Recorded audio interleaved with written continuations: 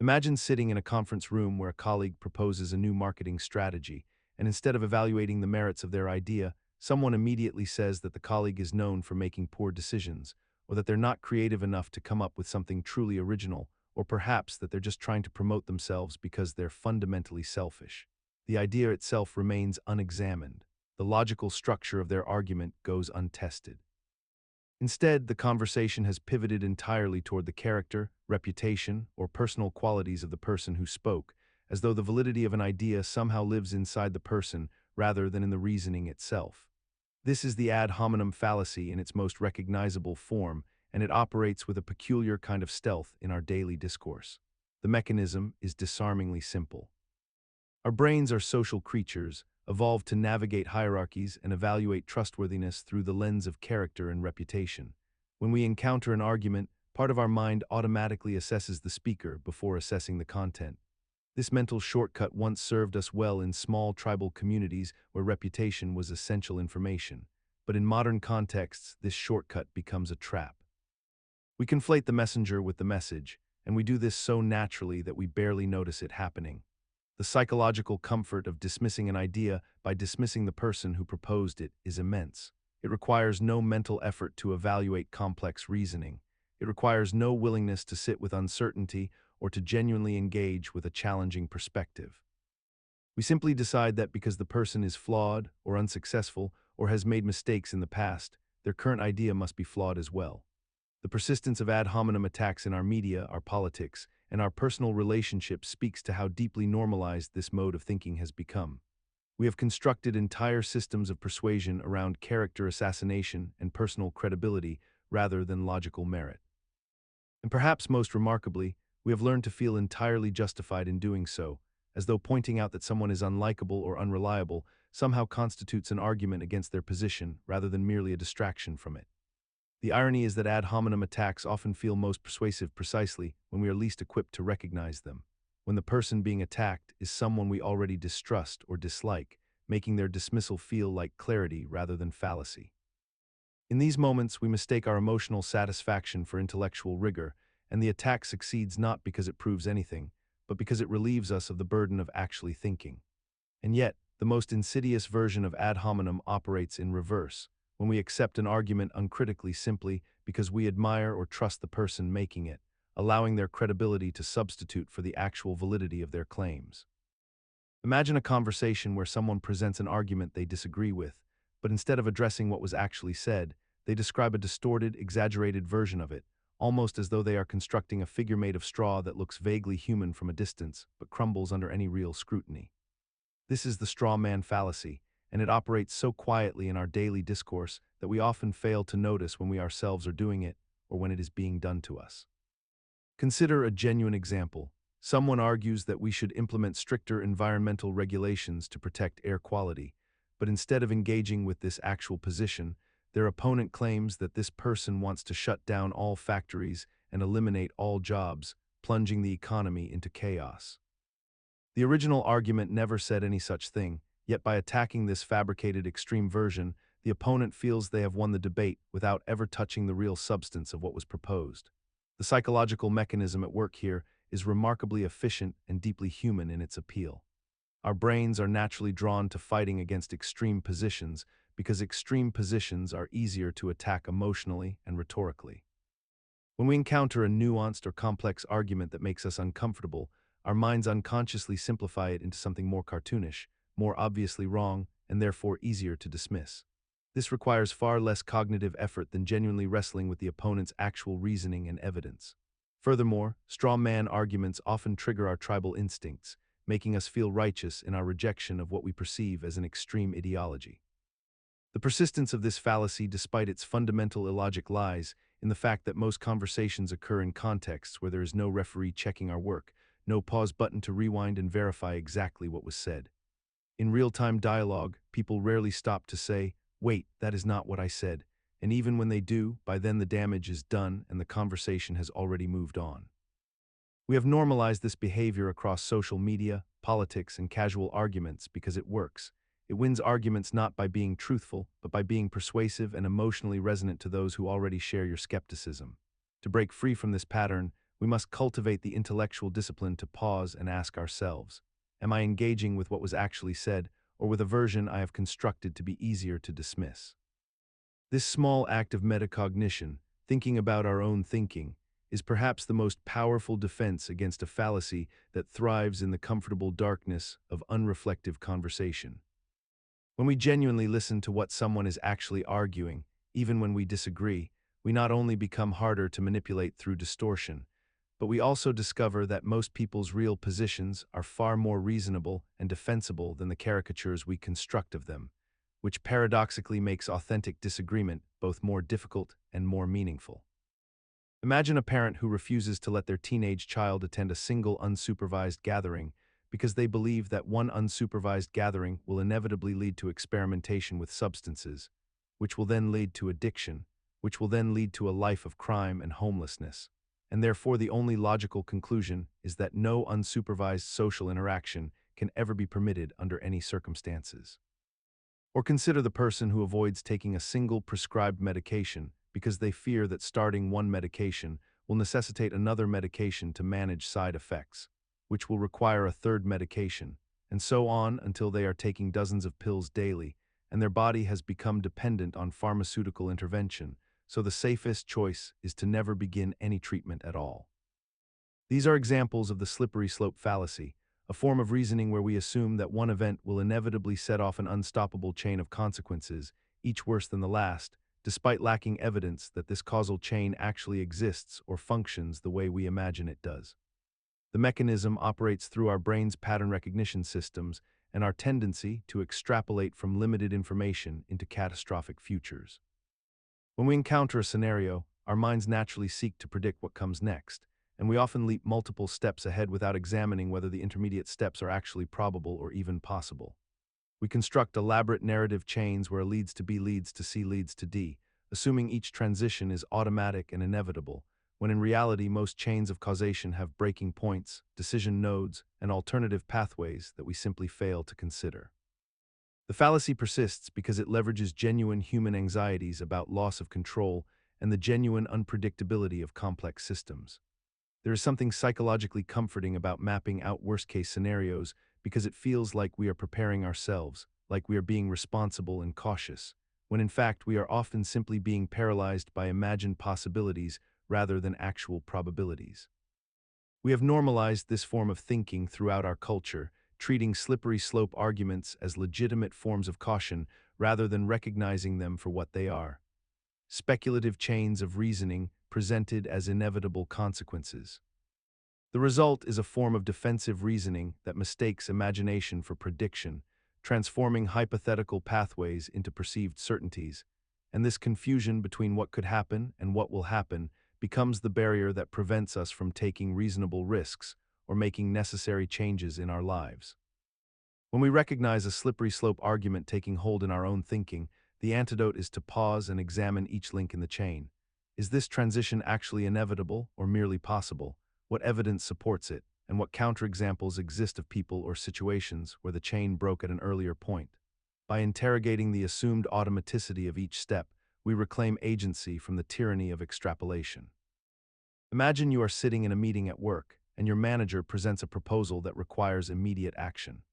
They explain the situation with urgency and finality. Either you support this new direction completely, or you are clearly against progress and innovation within the company. The framing is absolute, leaving no room for nuance, and you find yourself caught between two starkly opposed positions when in reality, dozens of other perspectives and possibilities exist. This is the false dilemma, one of the most pervasive and insidious logical fallacies that shapes how we think about complex issues without us even realizing it is happening.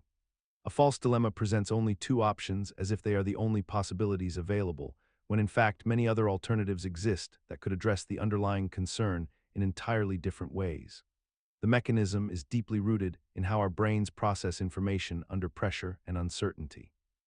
When faced with complexity, our minds naturally seek simplicity, and the human brain finds comfort in binary thinking because it requires less cognitive effort than exploring a full spectrum of possibilities.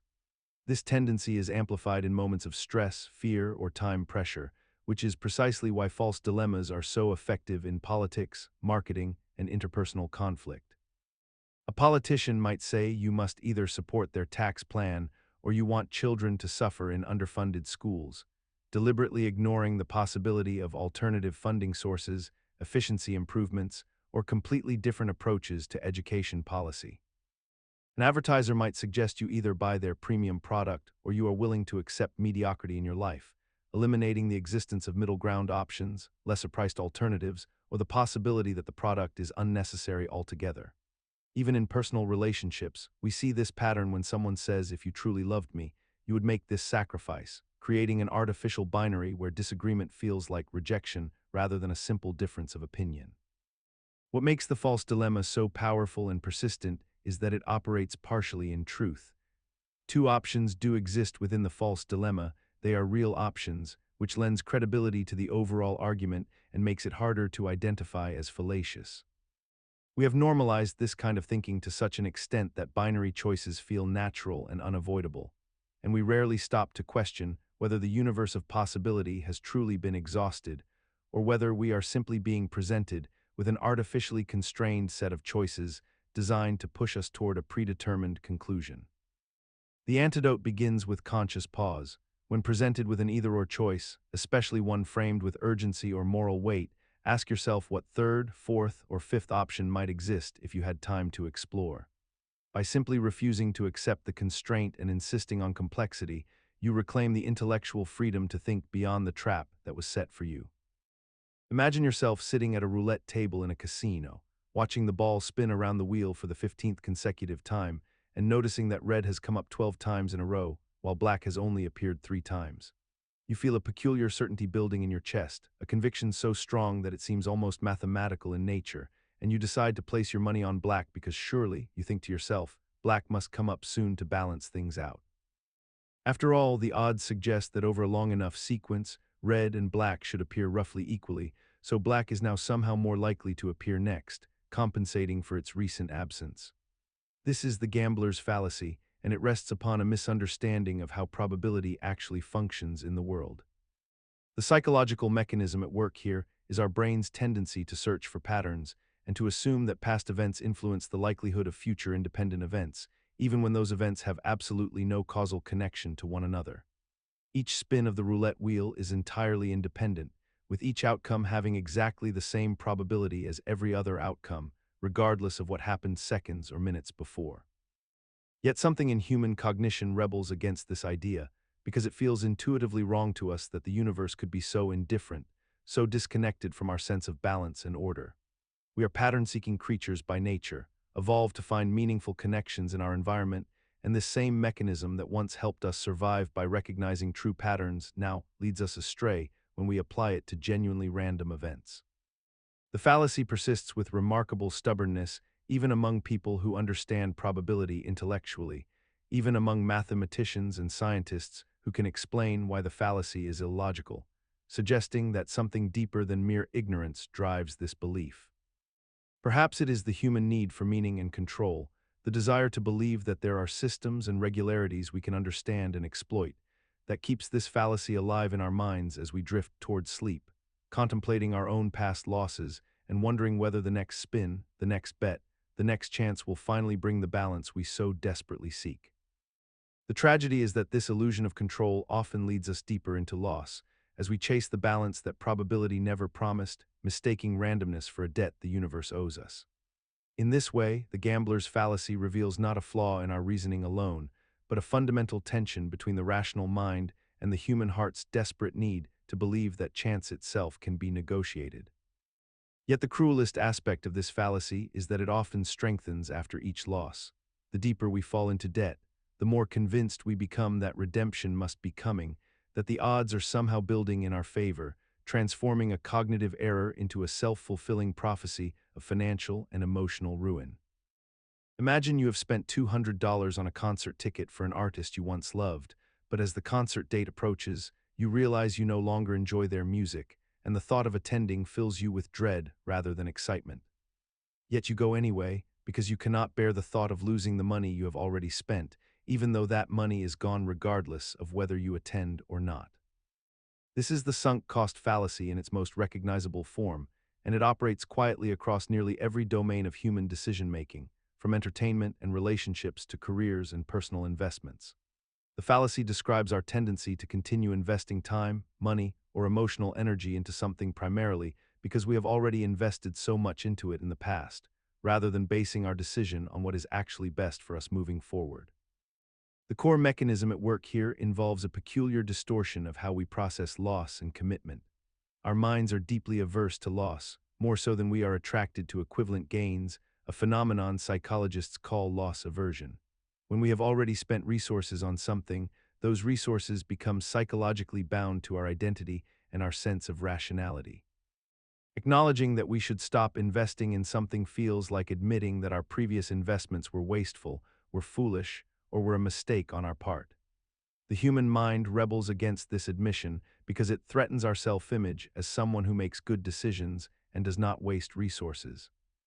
So instead of making a fresh calculation based only on future costs and future benefits, we unconsciously factor in the past investments, hoping that by persisting, we might somehow recoup what we have lost or prove that our past decisions were justified. What makes this fallacy particularly insidious is how normalized it has become in our culture and our institutions. We celebrate persistence and commitment as virtues without distinguishing between persistence in the face of external obstacles and persistence merely to avoid admitting past losses. A student stays in a major they hate because they have already completed 3 years of coursework. An employee remains in a toxic job for decades because they are close to retirement and cannot bear to start over. A couple stays together not because they bring each other joy, but because they have already invested 10 years and cannot imagine losing that time. In each case, the past investment has become a chain rather than a foundation, and yet we rarely question whether this is rational or healthy. The fallacy persists because admitting its influence requires a kind of humility that our ego finds deeply uncomfortable, a willingness to say that the past is gone and cannot be recovered, and that the only meaningful choice is the one we make right now. Yet paradoxically, this very act of humility, of releasing the past and choosing based solely on present and future value, is often what finally liberates us to make decisions that genuinely serve our well-being rather than merely salve our wounded pride. Imagine you're having a conversation with someone about why a particular belief matters to them, and when you ask for evidence, they respond by restating the very belief itself in slightly different language, creating a loop where the conclusion becomes its own premise. And before you realize what has happened, you find yourself trapped in a conversational circle where nothing new has actually been explained at all. This is circular reasoning, one of the most insidious logical fallacies, because it feels satisfying on the surface while containing absolutely no substantive information underneath. Consider a common example. A person claims that a certain book is the greatest novel ever written, and when asked why, they respond that it is the greatest because it has all the qualities that make great novels great, or they insist that it must be true because a trusted source said it was true. And when you ask why that source is trustworthy, they explain that it is trustworthy because it has never steered them wrong. The logical mechanism at work here involves mistaking repetition for explanation, treating restated claims as if they constitute evidence, and allowing the emotional conviction we feel toward a belief to substitute for actual reasoning about that belief. Our minds are remarkably adept at this particular failure because we evolved to recognize patterns and to trust our intuitions, and once we have accepted a premise as true, we tend to accept any reformulation of that same premise as confirmation rather than recognizing it as the identical statement wearing different clothes. Circular reasoning persists so silently in our everyday thinking because it requires almost no effort, because it allows us to feel as though we are thinking critically while actually just recycling our existing assumptions, and because we rarely pause long enough in casual conversation to notice that we have not actually moved forward in our reasoning at all, that we remain exactly where we started, going round and round in a loop that feels like progress but leads nowhere. The trap becomes especially dangerous in high-stakes domains like politics, religion, and personal relationships, where the emotional investment in a belief makes us even less likely to notice when we have stopped reasoning and started merely defending, and where circular arguments can persist for years, even lifetimes, because we surround ourselves with others who are trapped in the same loop, all nodding in agreement as we circle together. Breaking free from circular reasoning requires the uncomfortable willingness to ask ourselves whether we could actually explain our deepest beliefs to someone who doesn't already share them, and to notice the moment when we stop providing reasons and start merely restating conclusions in new words. It is in that moment of honest self-examination, when we realize we cannot actually defend our position without relying on the position itself, that we begin to distinguish between what we truly understand and what we merely believe we understand, and it is only from that uncomfortable clarity that genuine reasoning and genuine growth can finally begin. Imagine you are sitting in a meeting where your manager has just announced that the company will be reducing benefits for the upcoming year, a decision that directly affects your livelihood and financial security. Yet instead of discussing this difficult news, the conversation suddenly pivots to an elaborate story about how the office coffee machine has been broken for 3 weeks, and how this is a symptom of deeper organizational problems. And within moments, the entire room has forgotten about the benefits reduction and is now engaged in a heated debate about whether the company should invest in a new espresso machine or repair the old one. And by the time everyone leaves the meeting, the original topic has disappeared entirely from the collective consciousness, replaced entirely by this tangential concern that feels urgent and important, but ultimately has nothing to do with the actual issue that needed to be addressed. This is the red herring fallacy in its purest form, a logical maneuver where an irrelevant or tangential topic is introduced into a discussion or argument specifically to distract from the main issue at hand, drawing attention and emotional energy away from what actually matters and towards something that feels related but ultimately leads nowhere productive or relevant. The mechanism works because human attention is a limited resource, and our brains are naturally drawn toward novel information, toward problems that feel solvable, and toward topics that generate immediate emotional responses. So when a red herring is introduced with sufficient confidence and detail, our minds simply follow it like a fish chasing bait, forgetting that we were originally discussing something far more important and consequential to our actual circumstances. We encounter red herrings everywhere in our daily lives, in political debates where a candidate's personal scandal becomes the focus instead of their policy positions, in workplace conflicts where someone's tone or attitude becomes the subject instead of the legitimate grievance that was raised, in family arguments where one person's past mistake gets brought up instead of addressing the current problem, and in media discourse where sensational side stories crowd out coverage of systemic issues that actually shape our world.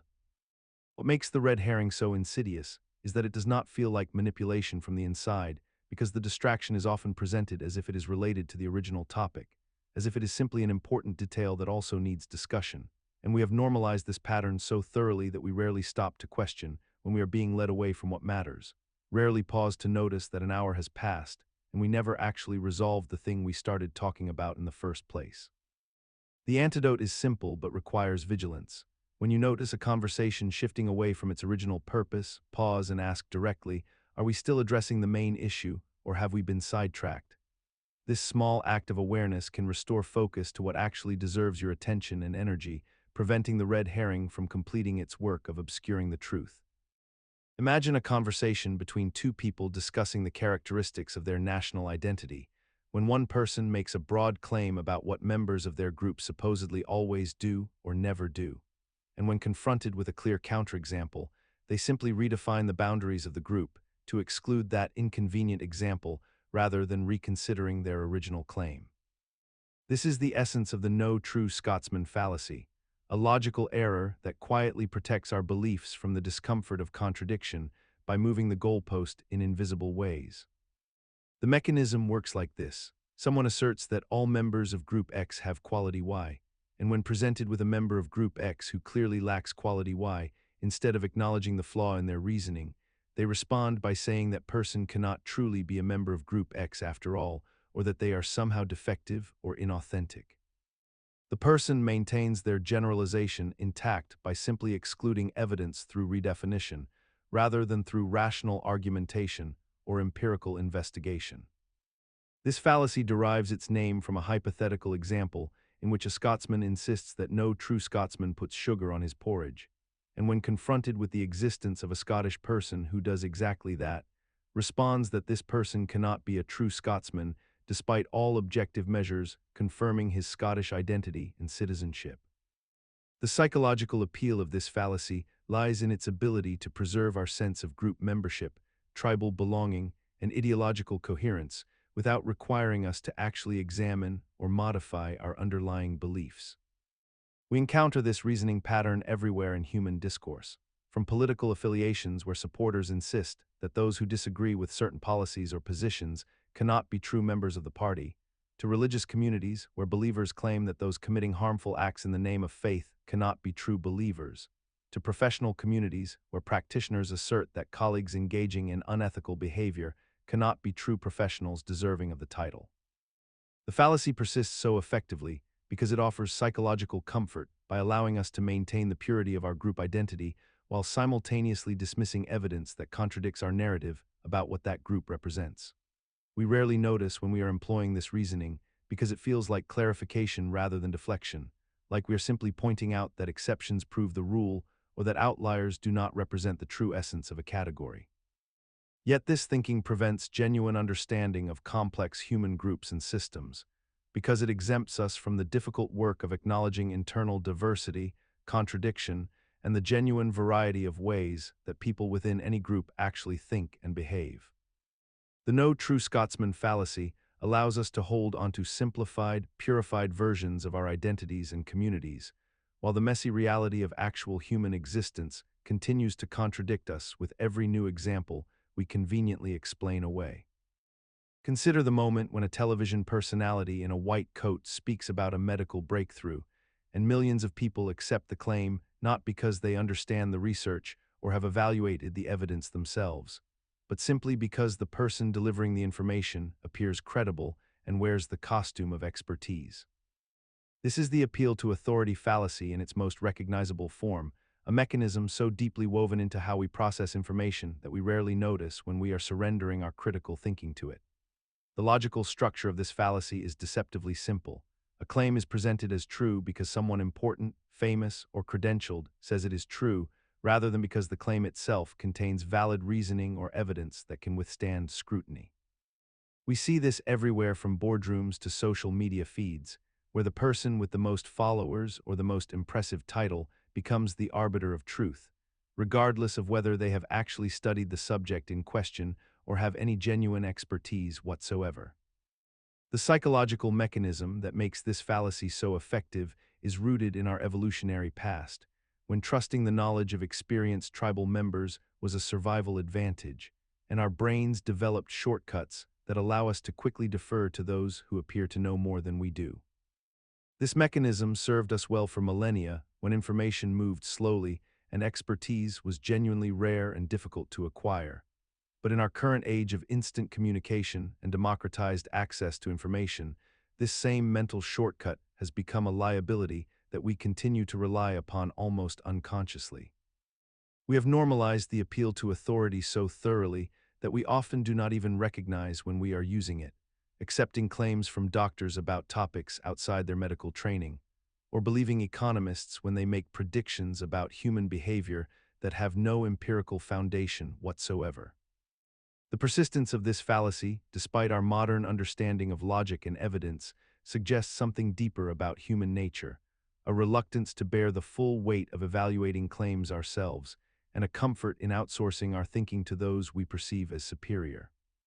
Yet this outsourcing of thought carries a hidden cost. It leaves us vulnerable to manipulation by those who understand that authority itself is a performance, that credentials can be weaponized, and that the appearance of expertise has become more profitable than expertise itself.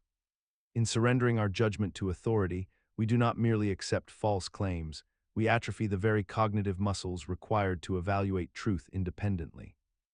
When we abdicate this responsibility repeatedly, we become easier to deceive, more susceptible to the next charismatic figure who claims to have answers, and progressively less capable of distinguishing between genuine expertise and merely convincing performance. The tragedy is that by choosing comfortable deference over difficult discernment, we trade our autonomy for the illusion of certainty. Imagine yourself at a crowded restaurant on a Friday evening, and you notice that nearly every table around you has ordered the same popular dish, the one featured on social media and recommended by influencers, despite the fact that you came in with a completely different craving in mind. Yet as you watch person after person order the same meal with visible satisfaction, you find yourself drawn toward ordering it as well, not because you have tasted it or researched its quality. but simply because so many others have chosen it, and this impulse to follow the crowd because everyone else is doing it represents the bandwagon fallacy in its purest form. The logical mechanism underlying this phenomenon is deceptively simple yet extraordinarily powerful, rooted in our evolutionary heritage as social creatures who learned that following the group often increased survival odds, because if the majority of the tribe moved toward a particular food source or away from a perceived danger, going along with that movement was statistically safer than diverging and risking isolation or missing out on resources. However, in our modern context, this ancient survival instinct has become unmoored from its original purpose, and now we apply it to situations where sheer numbers have absolutely no correlation with truth or quality or correctness.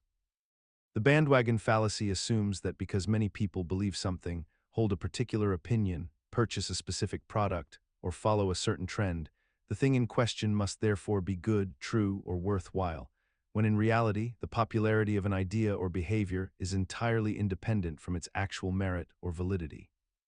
What makes this fallacy so insidious is that we have largely normalized it into the fabric of modern life, building entire industries around it, from marketing campaigns that explicitly tell you what millions of other people are buying to social media algorithms that amplify the most popular content regardless of accuracy,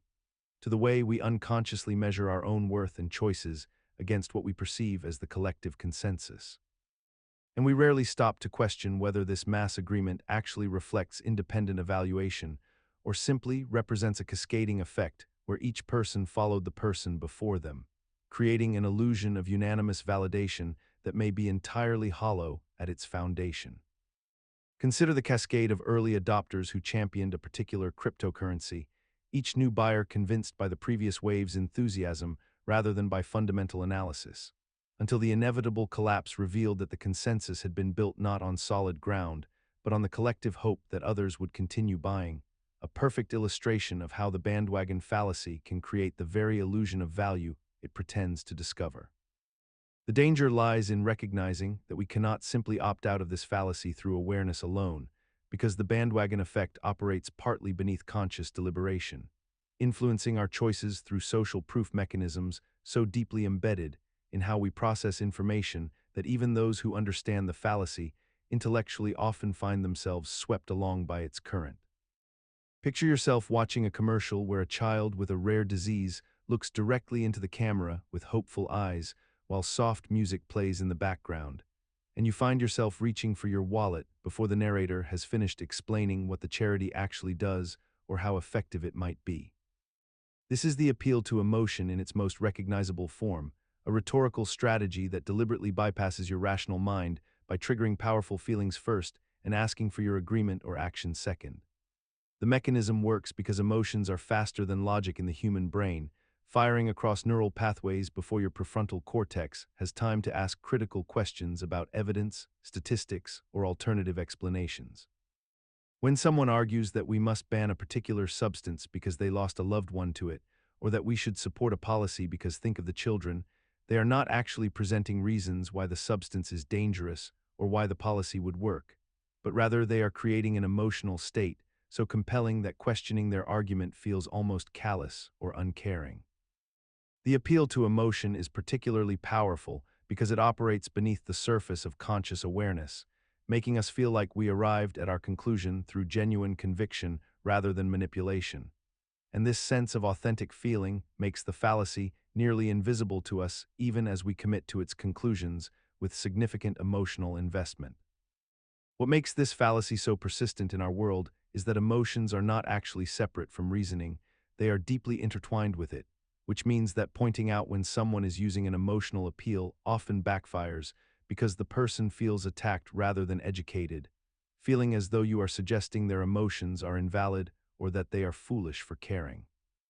We have normalized appeal to emotion across advertising, political discourse, social media activism, and personal arguments because the line between legitimate emotional persuasion and fallacious emotional manipulation remains frustratingly blurred, and we rarely pause to examine whether our strong feelings about something are justified by evidence or whether they are simply the result of skillful emotional choreography designed to make us feel a certain way at a certain moment. The fallacy persists not because we lack intelligence, but because emotions serve vital functions in human decision-making, making it genuinely difficult to separate the signal of authentic concern from the noise of manufactured sentiment. And we navigate this ambiguity by defaulting to our feelings, trusting that if something makes us feel strongly enough, that feeling itself must be evidence of truth. Yet this very trust in our feelings becomes the vulnerability that makes us susceptible to bad actors who understand that a well-placed image, a perfectly timed pause, or a name that invokes loss can override months of prior education or careful deliberation, transforming us from skeptics into advocates in the span of a 30-second video. Imagine a person walks into a coffee shop on a Monday morning and has a terrible experience with the barista, who seems irritable and dismissive. The customer leaves thinking that all baristas must be rude people, or that this particular coffee shop employs only unfriendly staff members, despite having visited only once and encountered only a single employee on a single day. This is hasty generalization, the cognitive habit of drawing broad conclusions from limited or insufficient evidence, and it operates so quietly in our minds that we often fail to notice when we are doing it. We see a few examples of something and immediately extrapolate those examples into a universal rule that applies to entire categories of people, places, or things. Perhaps you meet 3 people from a certain country who are loud, and suddenly you believe that all people from that country are loud. Perhaps you read one news story about a particular profession and decide that everyone in that profession shares the same characteristics or values. The psychological mechanism at work here is our brain's natural tendency toward pattern recognition and efficiency, which served us well when our ancestors needed to quickly categorize threats and opportunities in their environment. Our minds are designed to find patterns and create mental shortcuts because processing every single piece of information individually would be exhaustingly slow and resource-intensive. However, in our modern world filled with complexity and nuance, this ancient cognitive efficiency becomes a profound liability. We mistake a sample for a population, we treat anecdotes as if they were data, and we transform the particular into the universal without pausing to consider whether our evidence is actually sufficient to justify such a leap.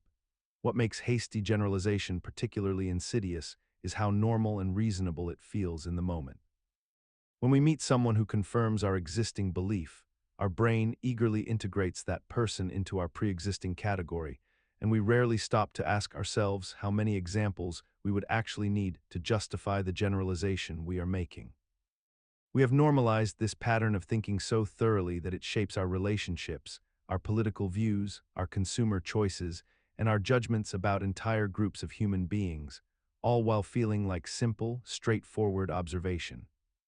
Yet the cost of this cognitive shortcut is significant. We dismiss entire professions based on one bad encounter, we avoid neighborhoods we've never visited, we prejudge people before we've given them a real chance to show us who they are, and we reinforce stereotypes that can take years to unwind even when confronted with contradictory evidence. The tragedy is that hasty generalization doesn't just harm those we judge. It impoverishes our own experience by closing us off to the full complexity of the world, keeping us trapped in a smaller, more rigid version of reality than actually exists. Imagine a young professional who has struggled with insomnia for months, tossing and turning through countless sleepless nights, until one evening they decide to rearrange their bedroom furniture, moving the bed to face a different direction, and then that night they sleep deeply and peacefully for the first time in a very long time, and from that moment forward they become absolutely convinced that the bed's orientation was the cause of their sleep problems. Telling everyone they know about this miraculous discovery and even feeling a sense of validated control over their circumstances. This is the post-hoc fallacy in its purest and most subtle form, a logical error so deeply embedded in human cognition that we rarely even notice when we are committing it, because it emerges from the very way our brains are wired to detect patterns and create narratives about cause and effect. The mechanism behind this fallacy is deceptively simple yet profoundly powerful.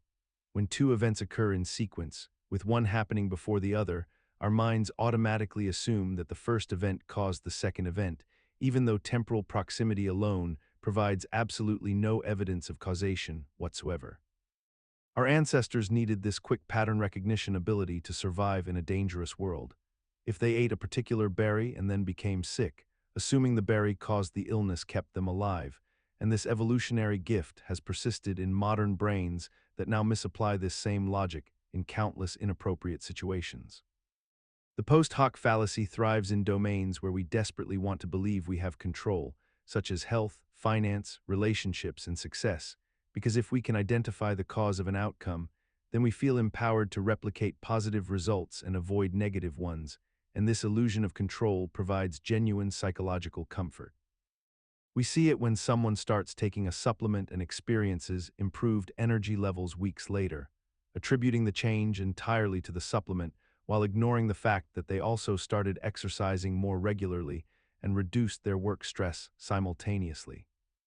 We encounter it in business when a company changes its marketing strategy and experiences higher sales the following quarter, leading executives to credit the strategy change exclusively, when market conditions, seasonal trends, or competitor actions might have played significant roles. We experience it personally when we wear a lucky shirt to an important meeting and it goes well, cementing our belief in the shirt's power to influence outcomes, when in reality our confidence in wearing something we associate with success might have made us perform better through entirely different psychological mechanisms. The persistence of this fallacy, despite our capacity for logical reasoning, reveals something essential about human nature. We do not primarily operate through pure logic, but rather through narrative and meaning-making, and a causal story, even a false one, feels so much more satisfying and actionable than an acknowledgement of genuine uncertainty and complexity that we unconsciously choose the story. Imagine you are sitting in a meeting where you have just pointed out that your colleague has been arriving late consistently, affecting the team's workflow and creating bottlenecks in project timelines. Your colleague pauses, looks at you directly, and responds not by addressing the lateness issue you raised, but instead by saying that you yourself left early last Friday and the week before that you took a longer lunch break than usual. The conversation has now shifted entirely away from the original criticism and instead focuses on your own alleged hypocrisy. And suddenly, you find yourself defending your own behavior rather than continuing the discussion about the actual problem that needed addressing. This is the Quoque fallacy, also known as the appeal to hypocrisy, and it operates by deflecting criticism by pointing out that the critic themselves is guilty of the same or similar behavior, thereby attempting to invalidate the original argument by suggesting that the person making it has no moral standing to do so. The mechanism works because it exploits our deep psychological tendency toward consistency and fairness. When we are confronted with evidence that we ourselves have behaved in a way we are criticizing others for, we experience cognitive dissonance and feel compelled to either defend ourselves or retreat from our original position. This fallacy persists so effectively in human discourse because it feels intuitively just, because it does seem unfair for someone to criticize behavior they themselves engage in, and yet this intuition obscures a fundamental logical truth. The validity of an argument is entirely independent of the character or consistency of the person making it. A broken clock is still correct twice a day, and a hypocrite's criticism of harmful behavior remains logically sound regardless of whether they too engage in that behavior. We have normalized this fallacy so thoroughly in our everyday conversations that we rarely pause to notice how often it prevents us from actually resolving the substantive issues we need to discuss, how frequently it derails important conversations into character assessments instead, and how systematically it allows problematic behaviors to continue unchecked simply because we have become more interested in proving each other wrong than in solving problems together. Consider a climate scientist who points out the environmental damage caused by fossil fuels being dismissed because she drives a car, or a financial advisor recommending budget cuts being ignored because he once overspent. In these moments, we mistake the messenger's imperfection for invalidation of the message itself, allowing us to avoid the harder work of grappling with uncomfortable truths simply because the person delivering them is not flawless. The irony is that by insisting our critics be morally pristine before we listen to them, we effectively silence all criticism, since no human being is without fault. We have constructed a logical trap that guarantees we need never change our behavior, provided we can simply point to some inconsistency in whoever challenges us. Imagine a marksman who fires a rifle repeatedly at the side of a barn without aiming first, and then, after all the bullets have been fired and lodged themselves into the wood, he walks over and draws a target circle around the tightest cluster of bullet holes, proclaiming himself an expert shot and proving his marksmanship to anyone who will listen. This is the essence of the Texas Sharpshooter Fallacy, a pattern of thinking so deeply woven into how we interpret patterns and create meaning that it shapes our decisions, our beliefs, and our understanding of cause and effect without our ever noticing it has happened. The mechanism at work here is deceptively simple. We gather a large set of data points or observations, and rather than forming a hypothesis first and then testing it against reality, we reverse the process entirely. We look backward through what has already occurred, find the patterns that exist simply by chance or coincidence, and then construct a narrative that makes those patterns seem inevitable, meaningful, and predictive of future outcomes. Our brains are pattern recognition machines evolved to find connections in the world around us, and this system served us well when we needed to notice that certain plants were poisonous or that predators hunted at specific times. But in the modern world, this same mechanism creates false correlations that feel absolutely convincing. We see a stock trader who made 3 lucky picks and declare them a genius investor, ignoring the thousands of traders whose picks were equally lucky but whose names we never learned. We notice that a particular dietary supplement seemed to help our symptoms and begin recommending it to everyone we know, never considering that our symptoms might have resolved on their own or that we are falling prey to the placebo effect. We read about successful people who woke up at 5 in the morning and became convinced that early rising is the secret to success, rather than acknowledging that thousands of early risers remain unsuccessful while countless late risers achieve their goals. The Texas Sharpshooter Fallacy persists so quietly in our thinking because it requires us to perform no external investigation or verification. It operates entirely within the comfortable confines of data we have already collected, asking us only to interpret it in new ways. We normalize this pattern of thinking because it makes sense to our minds in retrospect, because the stories we construct feel coherent and complete, and because admitting that a meaningful coincidence might simply be meaningless requires us to surrender the comforting illusion of control and understanding that we desperately crave in an uncertain world.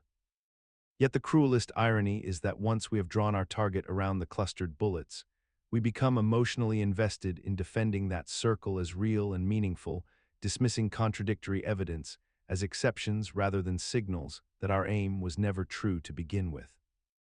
Imagine a conversation where someone asks you why a particular policy should be implemented, and the answer they provide is simply that the policy should be implemented because it is the right thing to do, which is exactly what the policy itself claims.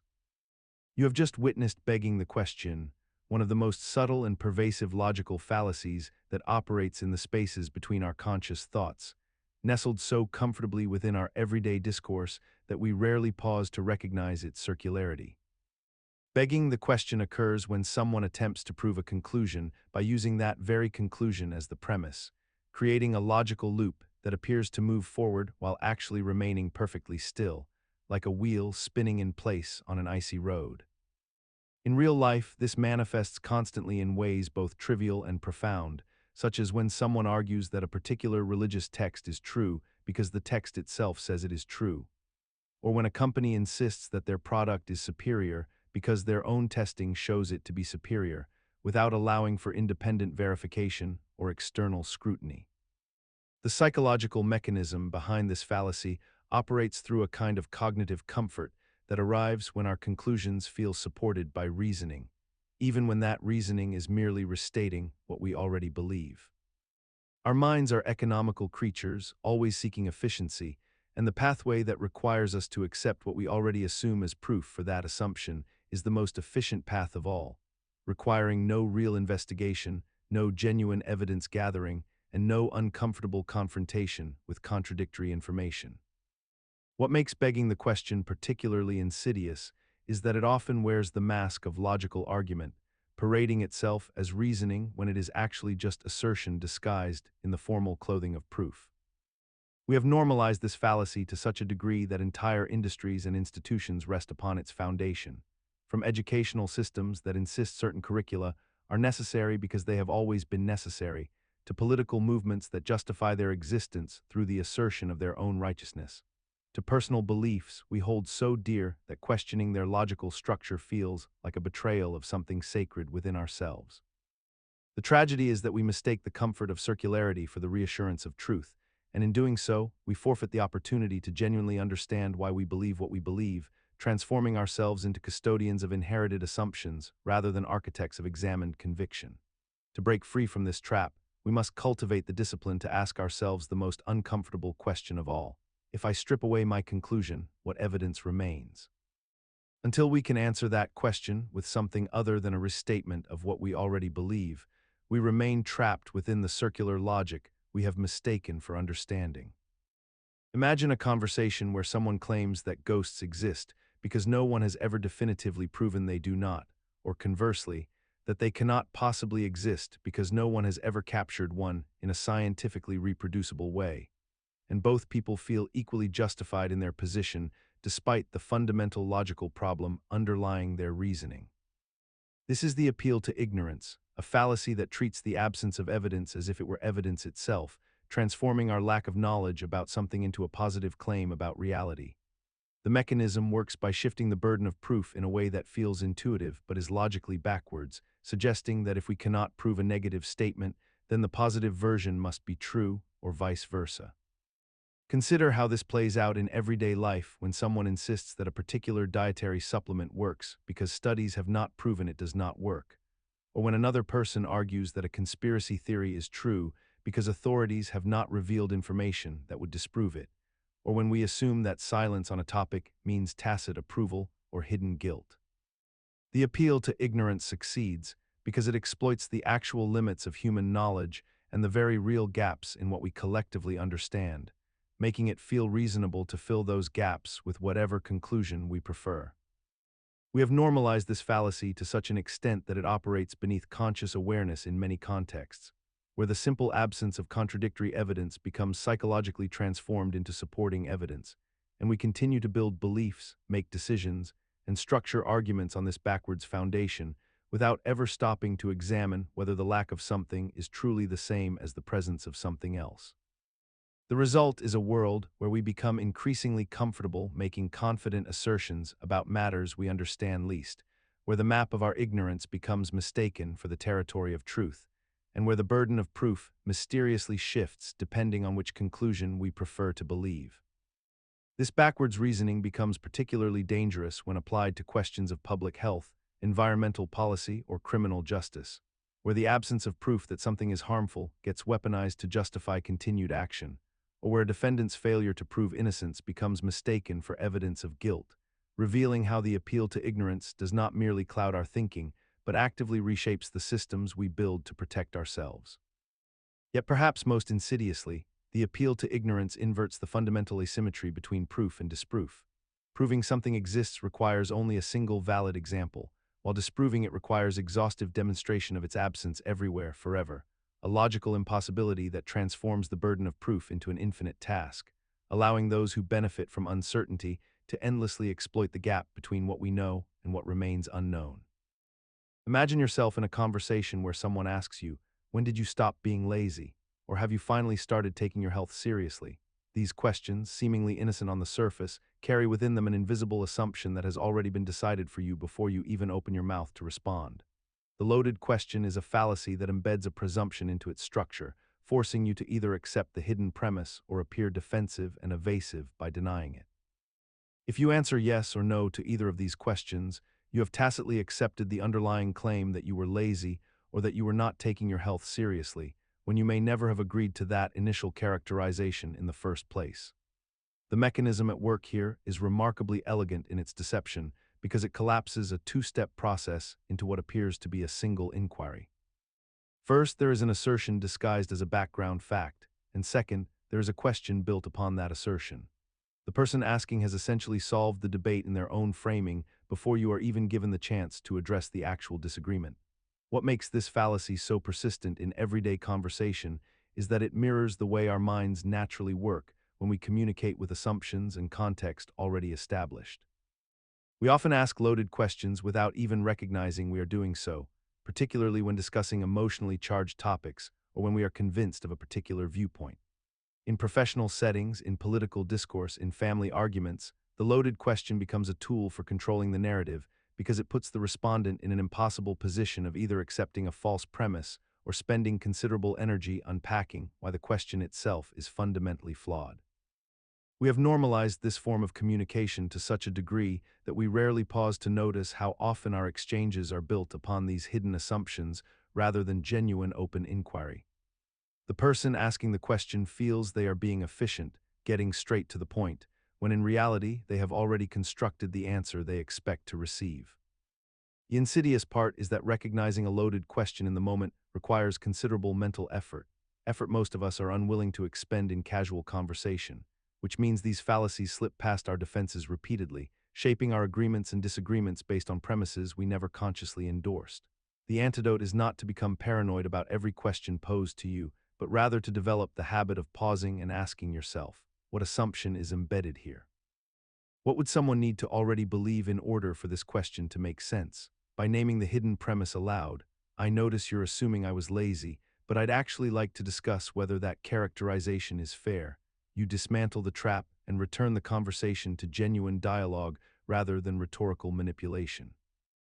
Imagine a person who sets out to prove that their new diet is effective, and they claim they will lose 20 pounds within 3 months as their metric for success. Yet when 3 months pass and they have only lost 12 pounds, instead of acknowledging that the goal was not met, they suddenly redefine what success means by saying that any weight loss is still a victory, or that they never actually meant 20 pounds anyway, they meant to lose inches rather than pounds. Or perhaps they shift the focus entirely to how they feel more energetic, therefore the original measurement becomes irrelevant and they declare themselves successful despite the evidence not supporting the initial claim. This is the essence of moving the goalposts, a logical fallacy wherein the criteria for evaluation, judgment, or success is altered retroactively after an outcome has already occurred, specifically when the original outcome fails to meet the standards that were previously established. The psychological mechanism underlying this behavior is remarkably straightforward. Human beings possess a powerful drive to maintain a consistent self-image and to avoid the cognitive discomfort that arises when reality contradicts our stated positions or predictions.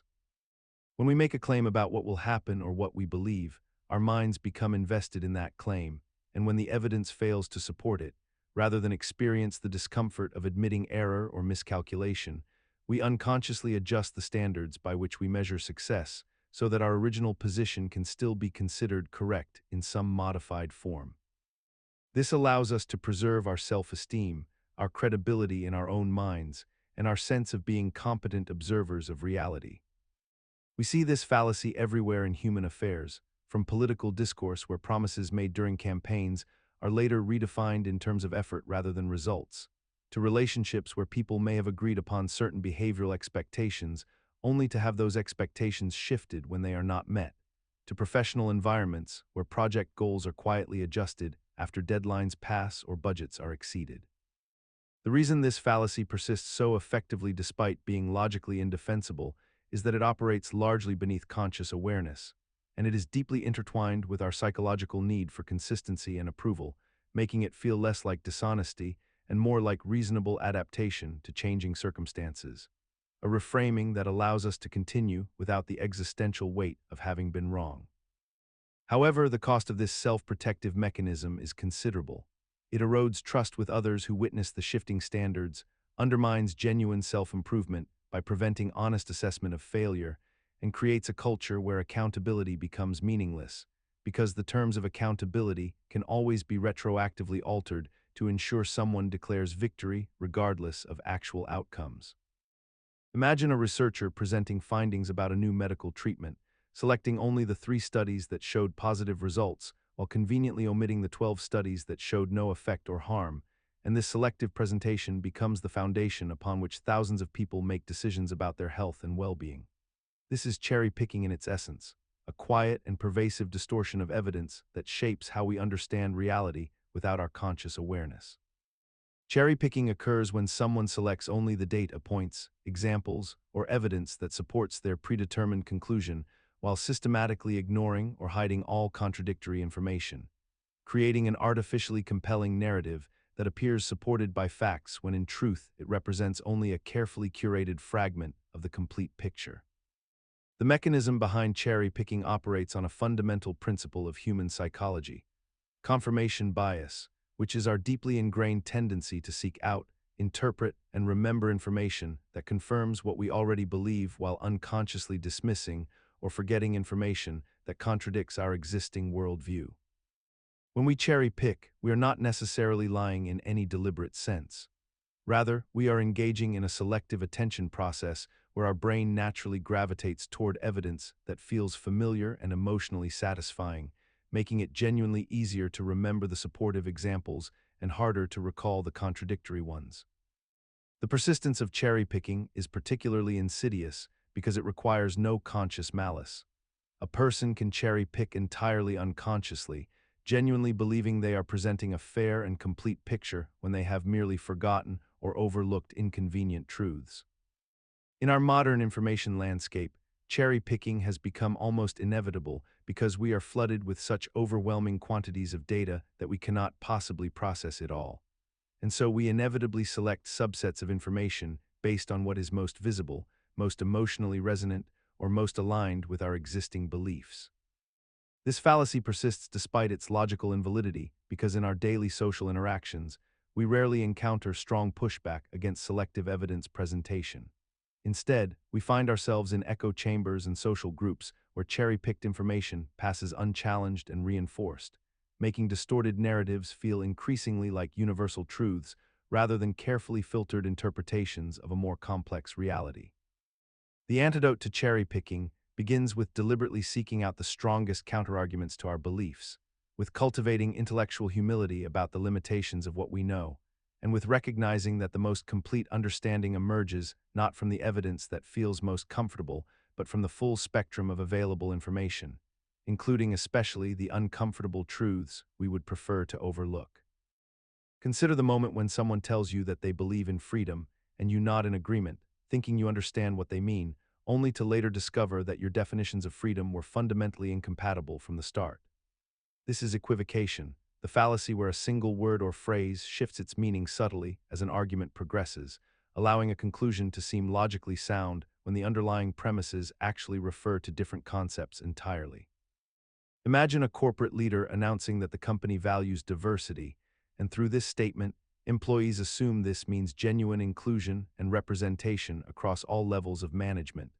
Yet the company's actual implementation of diversity training focuses solely on surface-level compliance metrics that have no bearing on hiring or promotion decisions. The word diversity has remained the same, but its operational meaning has transformed from a sincere commitment to equity into a performative checkbox exercise. The mechanism at work here is remarkably subtle because human language is inherently layered with multiple dimensions of meaning, and our brains are pattern-matching organs that naturally seek coherence even when subtle shifts in definition occur.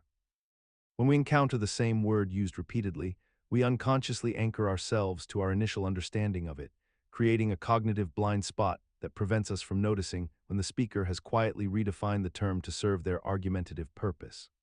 This happens because our minds prioritize efficiency over precision, filling in gaps with assumptions rather than constantly re-examining each term's exact meaning as conversation unfolds. What makes equivocation particularly insidious is that it operates beneath the threshold of conscious detection, sliding past our logical defenses precisely because it uses the appearance of linguistic consistency to mask conceptual inconsistency. We have become accustomed to this form of argument in our daily discourse because language is genuinely ambiguous, and we live in a world where the same words carry different weights and implications depending on context, yet we rarely pause to explicitly clarify these meanings before building elaborate arguments upon them. Consider how a politician might claim that the people have spoken after an election, where supporters interpret this as validation of their specific policy agenda, while opponents hear only that the voting process itself occurred. The phrase remains identical, yet it has justified entirely contradictory interpretations of what the electorate actually endorsed. This flexibility of meaning is not always malicious. Sometimes it emerges from genuine linguistic poverty, where we lack precise terms for complex ideas, and so we stretch existing words to accommodate new contexts, but the effect remains the same. Agreement dissolves into confusion the moment we attempt to act upon our supposed consensus. The remedy for equivocation lies not in abandoning language's natural flexibility, but in developing the discipline to pause and ask, what precisely do we each mean by this word, and would our agreement survive such clarification? Consider a moment when you dismiss an idea simply because of where it came from, rejecting an argument not because it contains flaws in its logic or evidence, but because the origin of that argument feels tainted or untrustworthy to you. This is the genetic fallacy, a pattern of thinking where we evaluate the truth or merit of a claim based entirely on its source, its history, or the circumstances of its creation, rather than on the actual substance of what is being argued. Imagine a parent who refuses to listen to their teenager's advice about how to use a smartphone more efficiently, not because the advice is wrong, but because the teenager is young and therefore presumed to lack wisdom. Or consider a scientist whose groundbreaking research is dismissed by colleagues simply because that scientist previously published flawed work, even though this current study is methodologically sound and based on years of careful observation. The mechanism at work here is remarkably subtle, operating beneath the surface of conscious reasoning in a way that feels perfectly rational to the person engaging in it. Our brains have evolved to use shortcuts when evaluating information, and the source of information does matter in many real contexts. However, the genetic fallacy occurs when we allow the origin of an idea to completely override our critical examination of its actual content. We might reject a weight loss strategy because it was promoted by a celebrity, or accept a political argument because it comes from someone we already admire, all without ever examining whether the reasoning itself holds up under scrutiny. This fallacy persists in human discourse despite its logical transparency, because we are social creatures who inherently care about trust, credibility, and group identity. If someone from an opposing political party suggests something, we feel a natural resistance that has little to do with the actual merits of what they are saying. If a disreputable company makes a claim about their own product, we assume deception even when their statement might be factually accurate. Our evolutionary history equipped us to be cautious about outsiders and skeptical of information that contradicts the beliefs of our tribe, and the genetic fallacy is simply this ancient survival mechanism operating in the modern world where ideas matter more than origins. Yet recognizing this pattern, understanding that our brains are wired to judge the messenger rather than the message, offers us a pathway forward. The antidote lies not in ignoring source credibility entirely, but in training ourselves to separate the question of whether we should trust someone from the separate question of whether their specific argument, on its own logical merits, stands up to scrutiny. When we encounter an idea, we can ask ourselves two distinct questions. Do I have reasons to doubt this person's honesty or competence in this particular domain? And separately, does the argument itself contain sound logic and evidence? Imagine someone arguing that because both a doctor and a person who watched medical videos online have studied human anatomy, their opinions on whether you need surgery should carry equal weight in your decision-making process. And as you listen to this argument, something inside you might feel uncertain about whether that's actually wrong, even though the depth, rigor, and accountability behind each form of knowledge exists in completely different universes of credibility. False equivalence is the fallacy of treating two things as equal or comparable when they are fundamentally different in meaningful ways, whether those differences involve quality, magnitude, evidence, expertise, or context, and it operates through a deceptively simple mechanism in the human mind. When we encounter two things that share a surface-level characteristic or occupy the same general category, our brains naturally begin to map them as equivalent, creating a kind of cognitive shorthand that allows us to process information more quickly without the exhausting work of genuine analysis. The mechanism works because humans are lazy processors who prefer patterns to particulars, and once we've categorized something, we tend to assume other members of that category share the same essential properties, which is efficient when dealing with identical objects, but catastrophically inaccurate when dealing with complex matters of degree, evidence, or institutional authority. False equivalence often sneaks into arguments about politics, health, education, and morality because it allows people to defend positions they hold emotionally by simply insisting that opposing views are equally valid, equally researched, or equally reasonable, without ever doing the difficult work of actually demonstrating why the views deserve such equal standing. We have normalized this fallacy so thoroughly in contemporary discourse that it has become almost expected, where someone can present a position backed by decades of peer-reviewed research alongside a position based on personal anecdote or ideology, and rather than examining the actual quality of evidence, we instinctively treat them as opposing perspectives that both deserve respect and consideration in equal measure. as though intellectual rigor and intellectual carelessness were simply different flavors of the same thing. This erosion of meaningful distinction becomes particularly dangerous when it bleeds into domains where accuracy genuinely matters: medical decisions, environmental policy, education standards. Because treating all claims as equally credible doesn't create democratic fairness, it simply empowers the least scrupulous voices to drag legitimate expertise down to their level, transforming questions of fact into mere matters of opinion, where the loudest argument wins rather than the best evidence. Imagine a heated public debate where one side claims that the Earth is warming due to human activity, supported by decades of peer-reviewed research and measurable data, while the other side argues that climate change is entirely a natural cycle with no human influence whatsoever, despite minimal scientific support for this position. A moderator or concerned citizen, seeking to appear fair and balanced, suggests that the truth must lie somewhere in the middle, that perhaps humans are responsible for only some portion of climate change, and that we should adopt a compromise position that acknowledges both perspectives equally. This impulse toward the middle ground feels reasonable and democratic, but it fundamentally misunderstands how truth operates in the world. The middle ground fallacy occurs when we assume that the correct answer to any disputed question must be located precisely halfway between two opposing positions, as though truth exists on a linear spectrum where moderation is always virtue. The psychological mechanism driving this error is deeply rooted in our desire for balance and fairness. We have been culturally conditioned to view compromise as inherently wise, to distrust extremes, and to believe that reasonable people can meet in the middle on almost any issue.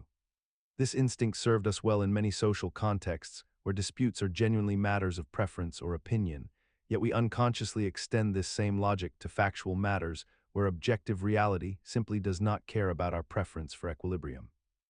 When evidence strongly supports one position over another, the middle ground is not a wise compromise, but rather a departure from accuracy in the service of perceived neutrality.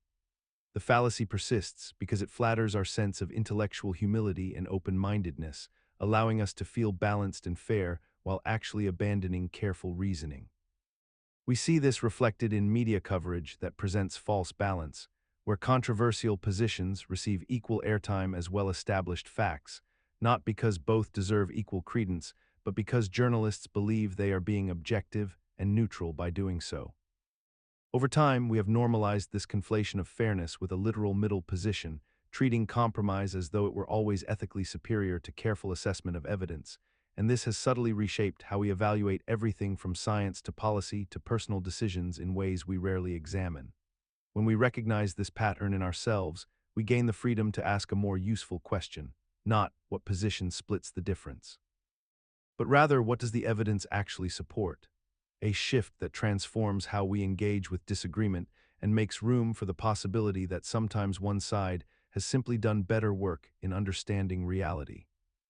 This reframing does not mean dismissing opposing views without consideration, but rather evaluating each claim on its merits rather than awarding points for occupying the center, a distinction that often feels uncomfortable because it requires us to actually do the harder intellectual work of weighing evidence rather than simply splitting differences. Imagine you are sitting in a meeting at work, and your colleague begins to discuss a proposal by stating that the person who developed this idea is known for being lazy and untrustworthy, and therefore you should probably disregard whatever they say next. Notice how the information about the person has nothing to do with the actual quality or merit of the proposal itself, yet your mind has already begun to filter the incoming information through a lens of skepticism and doubt. This is poisoning the well, a logical fallacy in which someone discredits an argument or idea by attacking the character or credibility of the person presenting it rather than addressing the substance of what they are actually saying. The well is the source of information, and by poisoning it with negative associations about the messenger, the person attempting this fallacy hopes to make any water drawn from that source seem contaminated and unsafe to consume. The psychological mechanism at work here is quite powerful because human beings are deeply social creatures who place enormous weight on the reputation and trustworthiness of others. And when we hear damaging information about someone before we encounter their ideas, our brains automatically activate protective skepticism. This creates a cognitive filter that makes us more likely to find flaws in their arguments, to interpret ambiguous statements in the worst possible light, and to dismiss conclusions we might otherwise have found persuasive. What makes this fallacy particularly insidious is that it often contains elements of truth. The person being attacked may indeed have genuine character flaws or a questionable history, and these facts can make the technique feel legitimate and justified. Yet the presence of real flaws in someone's character tells us absolutely nothing about whether a specific argument they make is logically sound or factually accurate, and we persist in this confused reasoning despite having no logical foundation for it. Over time, this pattern has become normalized in public discourse, political campaigns, and casual conversations, where attacking the messenger has become an acceptable substitute for engaging with the message. And we have collectively accepted this erosion of rational dialogue as simply part of how humans communicate and form opinions about the world. Yet recognizing this fallacy in ourselves requires a deliberate act of intellectual humility, the willingness to separate our evaluation of an idea from our feelings about the person presenting it, to ask ourselves whether we are responding to actual flaws in reasoning or merely reacting to a tainted first impression, and to remember that the most brilliant insights sometimes come from deeply flawed human beings. Just as the most persuasive arguments sometimes mask fundamental errors in logic regardless of who delivers them. The next time you feel that instinctive dismissal rising up when someone you dislike presents an idea, pause and ask yourself, am I rejecting this because the logic is flawed, or because I have already decided that this person cannot be trusted? Imagine sitting in a meeting where your colleague presents a proposal for the company's new marketing strategy, and after laying out 3 compelling reasons why the approach won't work within the current budget constraints, they suddenly conclude that everyone in the department should receive a 20% salary increase, as if the logical connection between budget limitations and employee compensation had somehow been established through pure assertion alone. This is the non sequitur, a fallacy so common in everyday reasoning that we often fail to notice when conclusions arrive without any genuine logical pathway connecting them to their premises, leaving us suspended between what was said and what was somehow supposed to follow. The mechanism behind this particular fallacy operates through a kind of conversational momentum, where the confidence and fluidity of a speaker's delivery creates an illusion of logical progression, causing our minds to fill in the missing steps rather than recognizing that no actual bridge exists between the statements.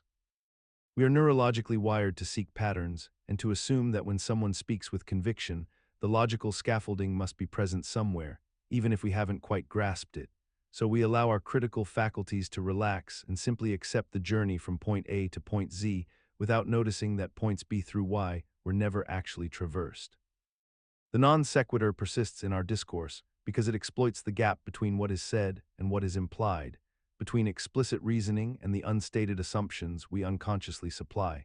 And because so much of human communication relies on this kind of interpretive charity, where we genuinely try to make sense of what others are saying by assuming they mean something coherent.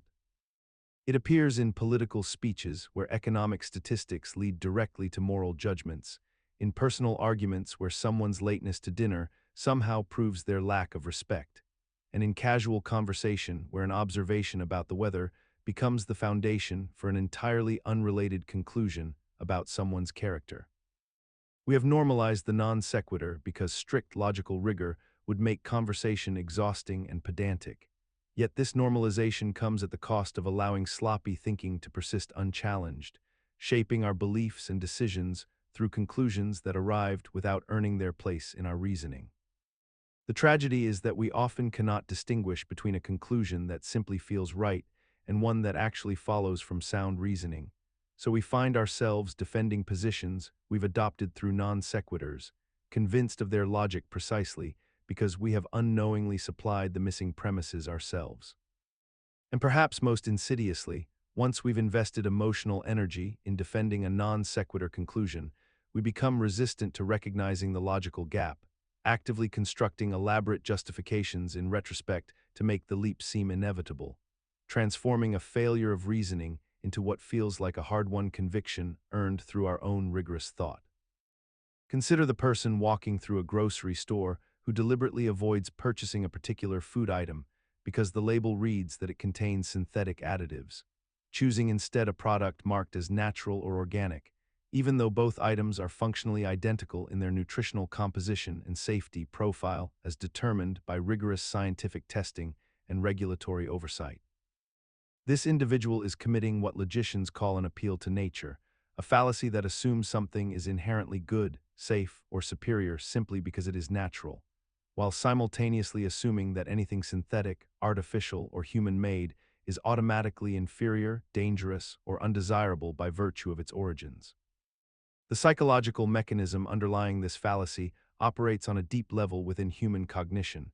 rooted in evolutionary intuitions that served our ancestors reasonably well when they needed to distinguish between edible plants and poisonous ones, between water sources that were safe to drink and those contaminated by predators or disease. Our brains developed heuristics that treated the natural world as fundamentally knowable and trustworthy because our survival depended on it, and these ancient patterns of thinking persist in our modern consciousness even when they lead us astray in contemporary contexts. Arsenic is natural, hemlock is natural, and cobra venom is natural, yet we do not hesitate to recognize these substances as profoundly dangerous, which reveals the fundamental inconsistency embedded within the appeal to nature. What makes this fallacy particularly insidious is that it has become so thoroughly woven into modern marketing language, wellness culture, and popular discourse that it feels almost heretical to question it. And we have collectively normalized the equation of natural with good to such a degree that suggesting a synthetic alternative might be superior often generates defensive reactions rooted not in evidence, but in this deeply ingrained cognitive bias that conflates origin with virtue. Yet the irony deepens when we recognize that virtually every modern convenience we associate with health and safety, from pasteurized milk to vaccinations to water purification systems, represents a deliberate human intervention against natural processes, and our very survival and extended lifespans depend entirely on our willingness to override nature's defaults with carefully engineered alternatives. The appeal to nature ultimately represents a failure to recognize that the natural world is indifferent to human welfare, operating according to physical laws rather than moral principles, and that our capacity to improve upon nature through reason and careful application of knowledge is not a corruption of the human condition, but rather its greatest achievement. Consider the moment when someone asks you why you celebrate a particular holiday in a specific way, or why your family has always prepared a meal using a certain method passed down through generations, and the answer you receive is simply that this is how it has always been done, as if the mere fact of historical continuity serves as sufficient justification for continuing the practice into the present moment. This is the appeal to tradition, a subtle form of reasoning that suggests something must be correct, valuable, or worth preserving simply because it has existed for a long time, because previous generations engaged in it, or because it represents the way things have customarily been organized within a particular community or culture. The mechanism behind this fallacy operates at a deeply psychological level, rooted in our natural tendency to find comfort in familiarity and to assume that if something has persisted across time, there must be some underlying wisdom or validity to it, even when that assumption has never been genuinely tested or questioned. Our brains are wired to take shortcuts in reasoning, and tradition offers us the ultimate shortcut, allowing us to inherit decisions and practices wholesale without the cognitive burden of evaluating them anew in each generation. We trust that our ancestors knew what they were doing, and this trust is often warranted in many contexts, yet the appeal to tradition mistakes the mere fact of antiquity for actual evidence of merit or appropriateness for current circumstances. What fascinates us about this particular fallacy is how thoroughly it has been normalized and woven into the fabric of how we legitimize practices across nearly every domain of human life. Religious ceremonies, cultural customs, business practices, educational methodologies, and even social hierarchies often continue not because anyone has recently demonstrated their efficacy or moral justification, but simply because they have always been there, and there exists a profound human resistance to disrupting patterns that have achieved the status of tradition. We rarely pause to consider that traditions were themselves once innovations, once new ideas that felt strange and unfamiliar, and that the process by which they became traditional tells us nothing definitive about whether they remain optimal for the world we inhabit today. The appeal to tradition persists because it operates in harmony with our desire for continuity, our respect for accumulated knowledge, and our understandable anxiety about abandoning practices whose full consequences and interconnections we might not fully comprehend. Yet this very caution can become paralyzing, trapping us in practices that no longer serve us, or that we have simply never examined closely enough to know whether they ever truly served anyone at all, transforming respect for the past into an excuse for avoiding the difficult work of evaluating whether our inherited ways genuinely deserve to be carried forward. Imagine walking through a grocery store and noticing a product you've bought for years suddenly has new packaging with the words "improved formula" emblazoned across the front, yet the ingredients remain virtually identical to what they were before, and you find yourself reaching for it anyway, convinced somehow that newness itself must indicate superiority, that progress and innovation are inherently better simply because they are different from what came before. This is the appeal to novelty fallacy in action, a subtle but pervasive cognitive bias that convinces us that because something is newer, more recent, more modern, or more cutting edge, it must therefore be more effective, more truthful, or more valuable than older alternatives, regardless of whether any actual evidence supports this assumption. The mechanism operates through our evolutionary psychology in a rather elegant way, because throughout human history, innovation has often correlated with survival and success, and our ancestors who were quick to adopt new tools, new hunting techniques, or new shelters often outcompeted those who clung stubbornly to outdated methods. This deeply ingrained association between newness and superiority has become so woven into our thinking that we often don't notice when we're applying it in contexts where it makes no logical sense whatsoever, such as preferring a new scientific theory simply because it's recent without examining whether the evidence actually supports it better than established frameworks that have been tested and refined over decades. We see this everywhere in contemporary life, from technology companies releasing incremental updates that add minimal functional improvements but market them as revolutionary breakthroughs, to dietary advice and wellness trends that cycle through fashionable recommendations while older, more stable nutritional science gets abandoned not because new evidence contradicts it, but merely because something shinier and more novel has captured our collective attention. The fallacy persists so powerfully because novelty itself generates excitement and hope in our minds, creating a psychological sensation that feels like genuine progress. And because innovation genuinely does produce real improvements in many domains, we've learned to associate the feeling of "this is new" with the feeling of "this is better," even when the connection is entirely illusory.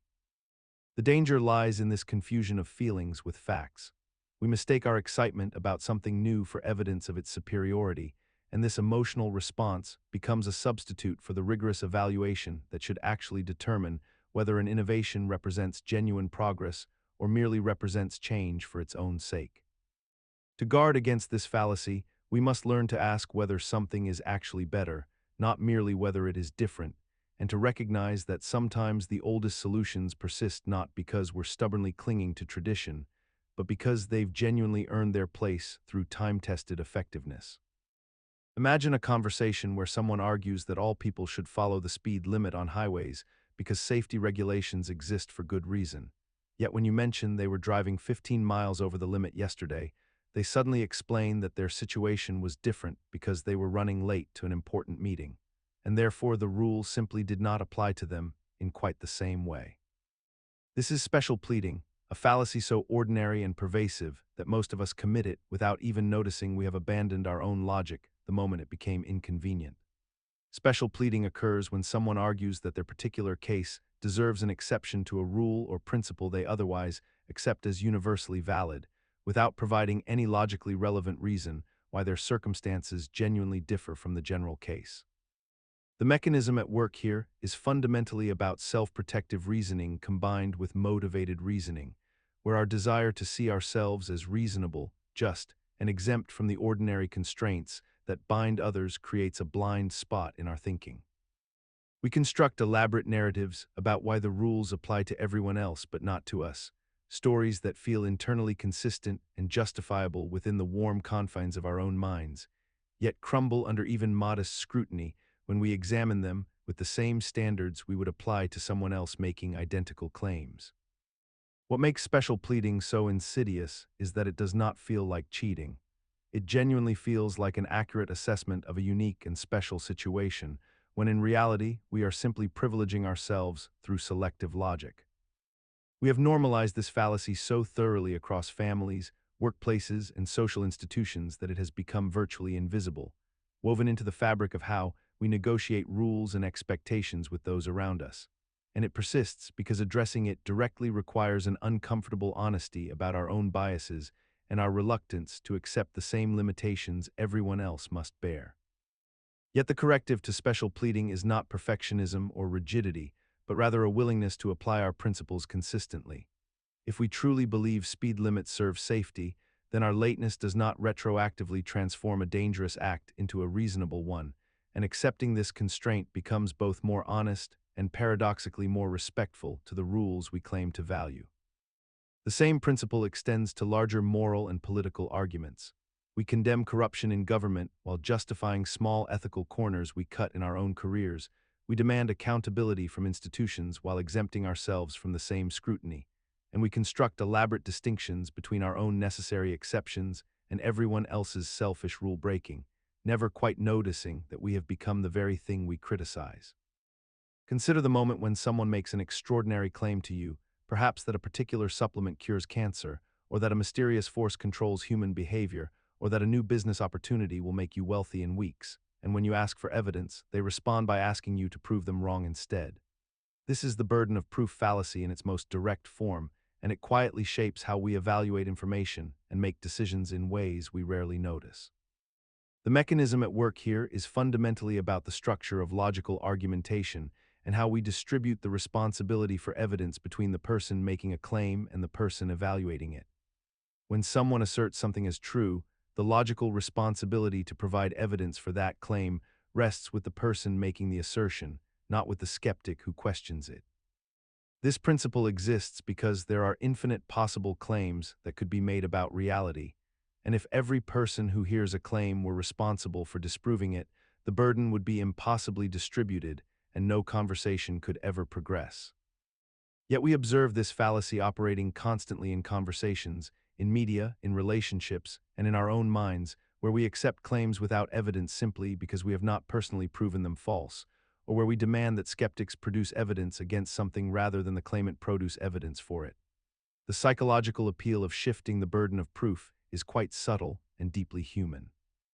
When we make a claim, we experience it as true within our own minds, and we may feel defensive when questioned, interpreting skepticism as personal rejection rather than intellectual caution. Additionally, our brains are naturally drawn to patterns and connections, sometimes creating the experience of certainty even when evidence is lacking, and we may unconsciously expect others to simply accept what feels obvious to us. The persistence of this fallacy, despite its logical inconsistency, reveals something important about how we actually process information in real time, which is quite differently from how formal logic suggests we should. We tend to accept claims that align with our existing beliefs, that come from people we trust, or that appeal to our desires, and we place the burden of proof heavily on claims that challenge us, creating an asymmetrical system where the real burden depends less on the structure of the argument and more on our existing psychological investment in various ideas. This asymmetry becomes particularly dangerous when combined with the human tendency to seek confirmation rather than contradiction. We unconsciously gravitate toward sources and communities that validate our preferred claims, gradually building elaborate frameworks of evidence that feels compelling precisely because we have never seriously tested it against opposing views. The burden of proof in practice becomes less a logical principle and more a social negotiation, where those with greater authority, persuasiveness, or access to our attention can effectively reverse it, leaving us responsible for disproving claims we never asked to evaluate. Consider the moment when someone tells you about their cousin who smoked cigarettes every day and lived to be 97 years old, and from this single story, they conclude that smoking cannot possibly be harmful to human health, or at least that the risks are greatly exaggerated by medical authorities. This is the anecdotal fallacy in its purest form, a cognitive pattern so deeply embedded in human reasoning that we often fail to recognize it as a logical error at all. The mechanism is deceptively simple. We encounter one or two personal stories, examples that feel vivid and emotionally resonant because they come from people we trust or because they are presented with compelling narrative details. and we grant these stories the same epistemological weight as data gathered from thousands or millions of carefully controlled observations. Our brains are storytelling machines, evolved to remember and learn from concrete examples rather than abstract statistics, which means we are neurologically predisposed to find anecdotes more persuasive than any amount of aggregated empirical evidence, regardless of how thoroughly that evidence has been collected and analyzed. The psychological mechanism at work involves what researchers call the availability heuristic, wherein we judge the probability or frequency of an event based on how easily examples come to mind, and personal stories, whether our own or those of others, are far more cognitively available than abstract numerical data or research findings that require intellectual effort to process and understand. What makes this fallacy particularly persistent in modern society is that we have surrounded ourselves with platforms and communication channels that prioritize personal narratives and individual testimonies above all else. From social media, where anecdotes spread exponentially faster than peer-reviewed research, to television programs and podcasts dedicated to remarkable personal stories that, by their very nature, represent statistical outliers rather than representative samples of reality. We have somehow normalized the practice of making sweeping generalizations about how the world works based on the experiences of people we know or feel we know, treating these intimate human stories as windows into universal truth, rather than as the inevitably incomplete and potentially misleading fragments they actually are. And in doing so, we have created an intellectual environment where the anecdotal fallacy flourishes unchecked, shaping our beliefs about health, relationships, economics, and nearly every domain of human experience, quietly steering us toward conclusions that feel true because they are memorable and emotionally compelling, even when they contradict everything we could learn from examining broader patterns in the data. Consider the moment when a politician stands before a crowd and speaks not of solutions or evidence, but of dangers lurking just beyond the horizon, threats that grow more vivid and immediate with each passing word, painting scenarios so dire that the listener feels compelled to accept whatever proposal follows without question, because the alternative, they are made to believe, is simply too catastrophic to bear. This is the appeal to fear in its most potent form, a rhetorical maneuver that bypasses the rational mind entirely and speaks directly to our most primal survival instincts, our deep evolutionary programming that once kept our ancestors alive in a world of genuine predators and immediate physical threats. The mechanism works because fear is perhaps the most powerful emotion humans experience, triggering physiological responses that can override careful thought and deliberate analysis. When we are afraid, our amygdala floods our system with adrenaline, our prefrontal cortex dims its activity, and we become reactive rather than thoughtful, seeking safety through immediate action rather than through reasoned evaluation of complex circumstances. The appeal to fear exploits this biological reality by presenting a proposition in the context of impending danger, suggesting that to reject the offered solution is to invite catastrophe, and because our brains are naturally attuned to threat detection, we may accept this framing without ever verifying whether the threat is real, whether it is as imminent as claimed, or whether the proposed solution actually addresses the problem at all. What makes this fallacy particularly persistent in our modern world is that it operates beneath the surface of conscious deliberation, shaping our reality subtly and continuously through media narratives, political rhetoric, and advertising designed to make us feel perpetually unsafe, perpetually in need of protection, perpetually dependent on whatever authority figure or product promises to shield us from the dangers they have themselves so skillfully constructed in our minds. The tragedy of this manipulation is that it often leaves us unable to distinguish between legitimate threats, requiring genuine vigilance, and manufactured anxieties designed solely to influence our behavior, leaving us exhausted, polarized, and perpetually searching for security in a world that has been deliberately rendered incomprehensible through selective fear-mongering.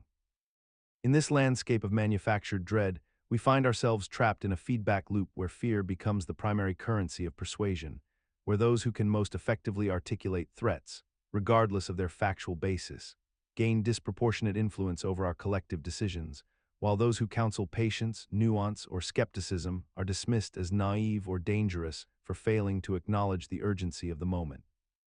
Imagine a conversation where someone presents an argument not based on evidence or logical reasoning, but instead by emphasizing their suffering or difficult circumstances, and in doing so, they implicitly ask you to agree with their position simply because they deserve compassion. This is the appeal to pity, a fallacy that operates on the assumption that emotional sympathy should substitute for rational evaluation of claims. Consider a student who approaches their professor with an incomplete assignment, and rather than discussing the quality of their work or providing a substantive argument for an extension, instead details their personal hardships, the illness of a family member, financial struggles, or overwhelming stress, hoping that the professor's empathy will override academic standards. Or picture a political debate where a candidate arguing for a particular policy position spends the majority of their response describing the tragic stories of individuals affected by the current system, crafting a narrative so emotionally compelling that listeners find themselves wanting to support the policy without ever examining whether the proposed solution would actually be effective or whether evidence supports its implementation.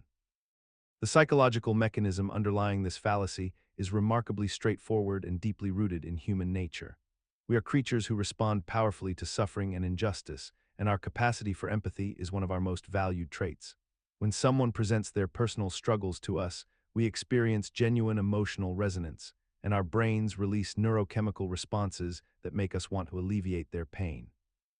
This emotional response can temporarily override our critical thinking faculties, creating a cognitive shortcut where we assume that helping someone through agreement must be the right course of action. The fallacy conflates two distinct concepts: the validity of a logical argument and the worthiness of a person's circumstances. What makes this fallacy particularly persistent in modern discourse is that it often operates in contexts where some degree of compassion is genuinely appropriate. Social justice movements, charitable organizations, and advocacy groups regularly feature personal testimonies because those stories do illuminate real problems that statistics alone cannot convey. We have come to accept and even celebrate the use of emotional narratives in public discourse, and distinguishing between the legitimate use of personal testimony to illustrate a point and the illegitimate substitution of such testimony for actual evidence has become increasingly blurred in our collective consciousness. This blurring has created a landscape where questioning the logical foundations of an emotionally presented argument can itself be condemned as callous or uncaring, making it difficult to engage in the kind of rigorous evaluation that sound reasoning requires. Yet compassion and critical thinking need not be enemies. We can honor someone's suffering while still demanding that proposed solutions be grounded in evidence and sound logic. Instead of engaging with the actual substance of what someone has proposed or argued, you simply mock it, laugh at it, or present it in such a way that it appears absurd or laughable to your audience. And in doing so, you've convinced them that the idea must be wrong without ever actually demonstrating why it's wrong through logical reasoning or evidence. Imagine a conversation where someone suggests a policy proposal for restructuring how a particular government agency operates, and rather than addressing the specific mechanisms of their proposal or pointing out factual errors in their reasoning, the opposing speaker simply says something like, "Oh yes, let's trust this idea, maybe we should also believe the earth is flat," accompanied by exaggerated hand gestures and theatrical eye rolling that gets the room laughing. The ridicule becomes the argument itself, and the audience finds themselves emotionally satisfied by the dismissal without having learned anything substantive about whether the proposal actually has merit or not. The psychological mechanism at work here is that ridicule and laughter create a shared emotional experience that bonds the audience together around a feeling of superiority, which feels significantly better than the harder work of actually evaluating claims on their merits. When we laugh at someone together, our brains release dopamine, we feel part of a group, and we've essentially declared ourselves on the winning side of a social hierarchy without any real intellectual effort required. The person being mocked feels isolated and embarrassed, and anyone considering their position feels the social pressure of not wanting to be the next target of that ridicule. What makes this fallacy so persistent and so normalized in our discourse is that it works remarkably well for manipulating public opinion, even though it contains absolutely zero logical content, and we've come to accept it as a normal and even entertaining form of disagreement, particularly in media, comedy, and casual conversation, where the performance of dismissal has become more valued than the practice of genuine engagement with ideas. The tragedy is that once an idea has been successfully ridiculed in the court of public opinion, it becomes nearly impossible to resurrect it through rational argument alone, because the emotional wound of mockery cuts deeper than any logical rebuttal can heal, leaving us with a cultural landscape where the most persuasive voice is often simply the one most willing to be cruel rather than careful. This is particularly devastating in domains where nuance matters most: scientific theories, economic policies, medical treatments, where the most intellectually humble position, "I'm not entirely sure," becomes an easy target for ridicule compared to confident oversimplification, incentivizing public figures to abandon complexity in favor of certainty, regardless of what the evidence actually supports. Imagine you are considering a new job offer that comes with a significant salary increase, better health insurance, and more flexible working hours, yet you find yourself hesitant to accept because the commute is slightly longer than your current position, or the office culture seems marginally less perfect than some imaginary ideal workplace you have constructed in your mind. This is the Nirvana Fallacy at work, a cognitive pattern where we reject or devalue something that is objectively better than our current situation simply because it fails to meet an impossible standard of perfection that exists nowhere in reality. The fallacy operates by comparing real, tangible options against an idealized version that has no genuine equivalent in the world, a comparison that is fundamentally rigged from the beginning because one side of the equation does not actually exist. When we engage in this thinking pattern, we are essentially measuring actual choices against fantasy, and of course reality always falls short when matched against something that has never had to survive contact with real constraints, trade-offs, and limitations. The mechanism functions through a kind of psychological bait-and switch, where our minds shift from evaluating options on a practical cost-benefit analysis to suddenly demanding that any new option be flawless, transforming what should be a comparative judgment into an absolutist one. We become paralyzed by the gap between what is and what could theoretically be, forgetting that the current situation we occupy also contains real flaws and limitations that we have simply become accustomed to overlooking. This pattern persists so quietly in our decision-making because perfectionism is often culturally reinforced as a virtue, and because it allows us to maintain the comfortable inertia of our present circumstances while convincing ourselves that our indecision stems from high standards rather than fear or risk aversion, creating a narrative that feels noble even as it prevents us from improving our actual lives. The result is that we remain trapped in a cycle of perpetual dissatisfaction, where no real option ever measures up, and we mistake our inability to choose for wisdom when it is actually a form of self-imposed stagnation masquerading as discernment. The insidious nature of this fallacy is that it can disguise itself as prudence. We tell ourselves we are being careful and discerning when we are actually engaged in a form of magical thinking, waiting for a perfect option that will arrive only if we refuse all imperfect ones long enough, a strategy that guarantees we will spend our lives in the wings watching others step onto stages we deemed insufficiently grand. Imagine you are reading a review of a new smartphone, and the reviewer tells you that each individual component of the phone is of exceptional quality. The processor is outstanding, the camera sensor is world-class, the display is brilliant, and the battery technology is among the best available. The reviewer then concludes that therefore, the smartphone itself must be an exceptional device overall, and you should buy it immediately. Yet when you eventually purchase this phone based on that logic, you discover that the components, while individually impressive, do not work well together. The processor generates excessive heat that damages the battery, the camera software is poorly optimized for the sensor's capabilities, and the display drains power far too quickly because of how it interfaces with the processor. The phone, as a whole system, is mediocre or even disappointing, despite each isolated part being genuinely excellent in isolation. This is the composition fallacy at work, the deeply human tendency to assume that if all the individual parts of something possess a particular quality, then the whole thing must necessarily possess that same quality as well. The mechanism underlying this error lies in how our minds naturally organize information into hierarchies and categories, and we often fail to account for the complex interactions, synergies, and systemic effects that emerge only when separate elements combine. We mentally compartmentalize each attribute we examine, checking them off as individually good or bad, and then we forget that wholes are governed by different rules than their parts. An orchestra is not merely the sum of individual musicians playing well. A successful team is not simply a collection of talented individuals, and a healthy body is not just a compilation of healthy organs functioning independently.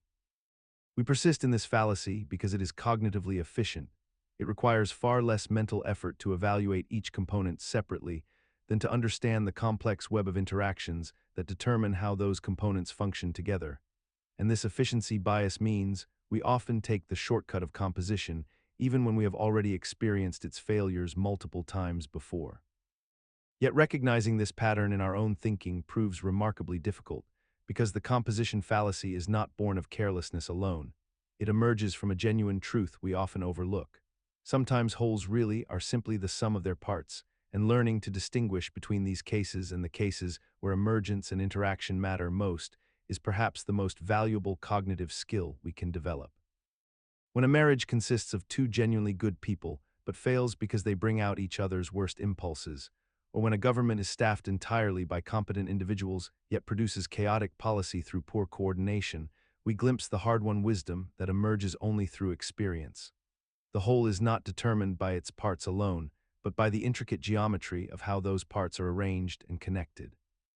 Imagine you are listening to someone explain why an entire sports team must be terrible because one player made a crucial mistake. Or perhaps you have heard someone declare that a university education is worthless because they knew someone who graduated and still struggled to find work. And in both cases, you are witnessing the division fallacy in its purest form, a logical error where characteristics or truths about a whole are incorrectly attributed to or denied from its individual parts. Or conversely, where qualities of individual components are assumed to apply universally to the entire collective. The division fallacy operates on a fundamental misunderstanding of how properties distribute across systems and groups, assuming that what is true of the aggregate must necessarily be true of each member, or that what applies to one element necessarily applies to all others in the same category. When someone says that because the average person in a wealthy neighborhood is affluent, therefore every single resident must be wealthy, they commit this error, just as when they claim that because a medicine helps the majority of patients, it will definitely help any specific individual patient who takes it. The mechanism underlying this fallacy emerges from our tendency to think in categorical shortcuts and our difficulty in holding competing levels of abstraction simultaneously in our minds. For it is cognitively simpler to treat groups as monolithic units rather than acknowledging the internal variation and complexity that exists within any collection of individuals or elements. We have normalized this error throughout our discourse and institutions, embedding it so deeply into how we communicate that it often passes unnoticed, operating silently in policy arguments where we apply statistics about groups to justify treatment of individuals, in medical reasoning where population-level data is misapplied to personal diagnoses,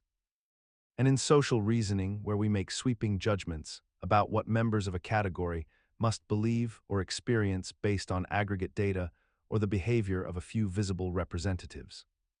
The division fallacy persists because it offers psychological comfort and reduces cognitive load, allowing us to navigate a complex world using simpler mental models, and because correcting it requires sustained effort to distinguish between different levels of analysis, and to resist the natural human impulse toward categorical thinking and stereotype formation. Yet recognizing this fallacy in ourselves requires more than intellectual awareness.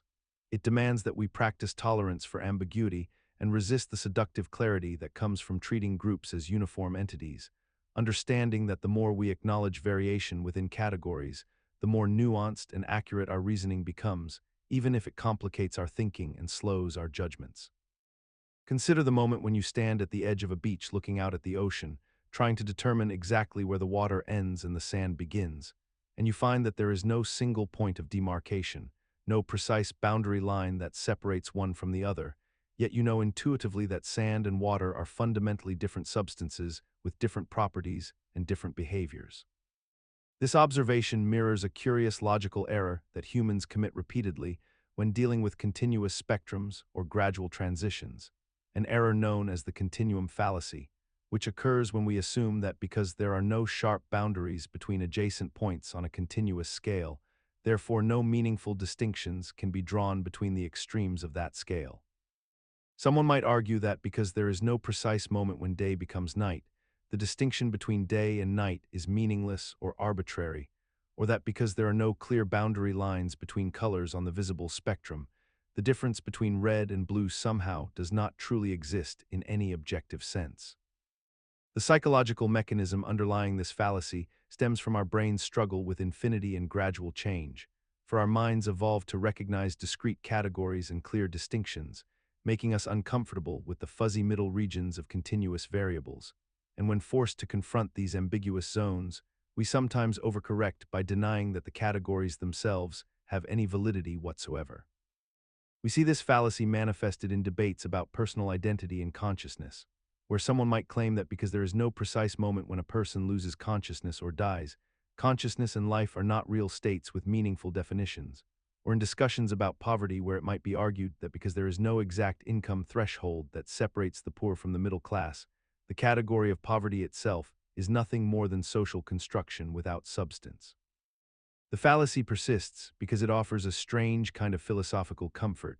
allowing us to avoid the uncomfortable work of drawing reasonable distinctions where appropriate while acknowledging that those distinctions exist along a spectrum rather than at fixed points. And this intellectual avoidance has become normalized in certain academic and online communities, where the inability to define something with absolute precision is treated as evidence of that thing's non-existence or fundamental meaninglessness. What we have forgotten is that meaningful categorization does not require absolute precision, that we can acknowledge gradations and continuums while still maintaining that real and important differences exist between the endpoints. Much like we know that hot and cold are genuinely different experiences, even though there is no precise temperature that definitively marks the transition between them. Imagine a conversation where someone presents an argument, and instead of examining whether that argument is actually true, you find yourself worrying about what would happen if it were accepted as true, and this concern about the consequences becomes your reason for rejecting the claim entirely, regardless of its factual merit.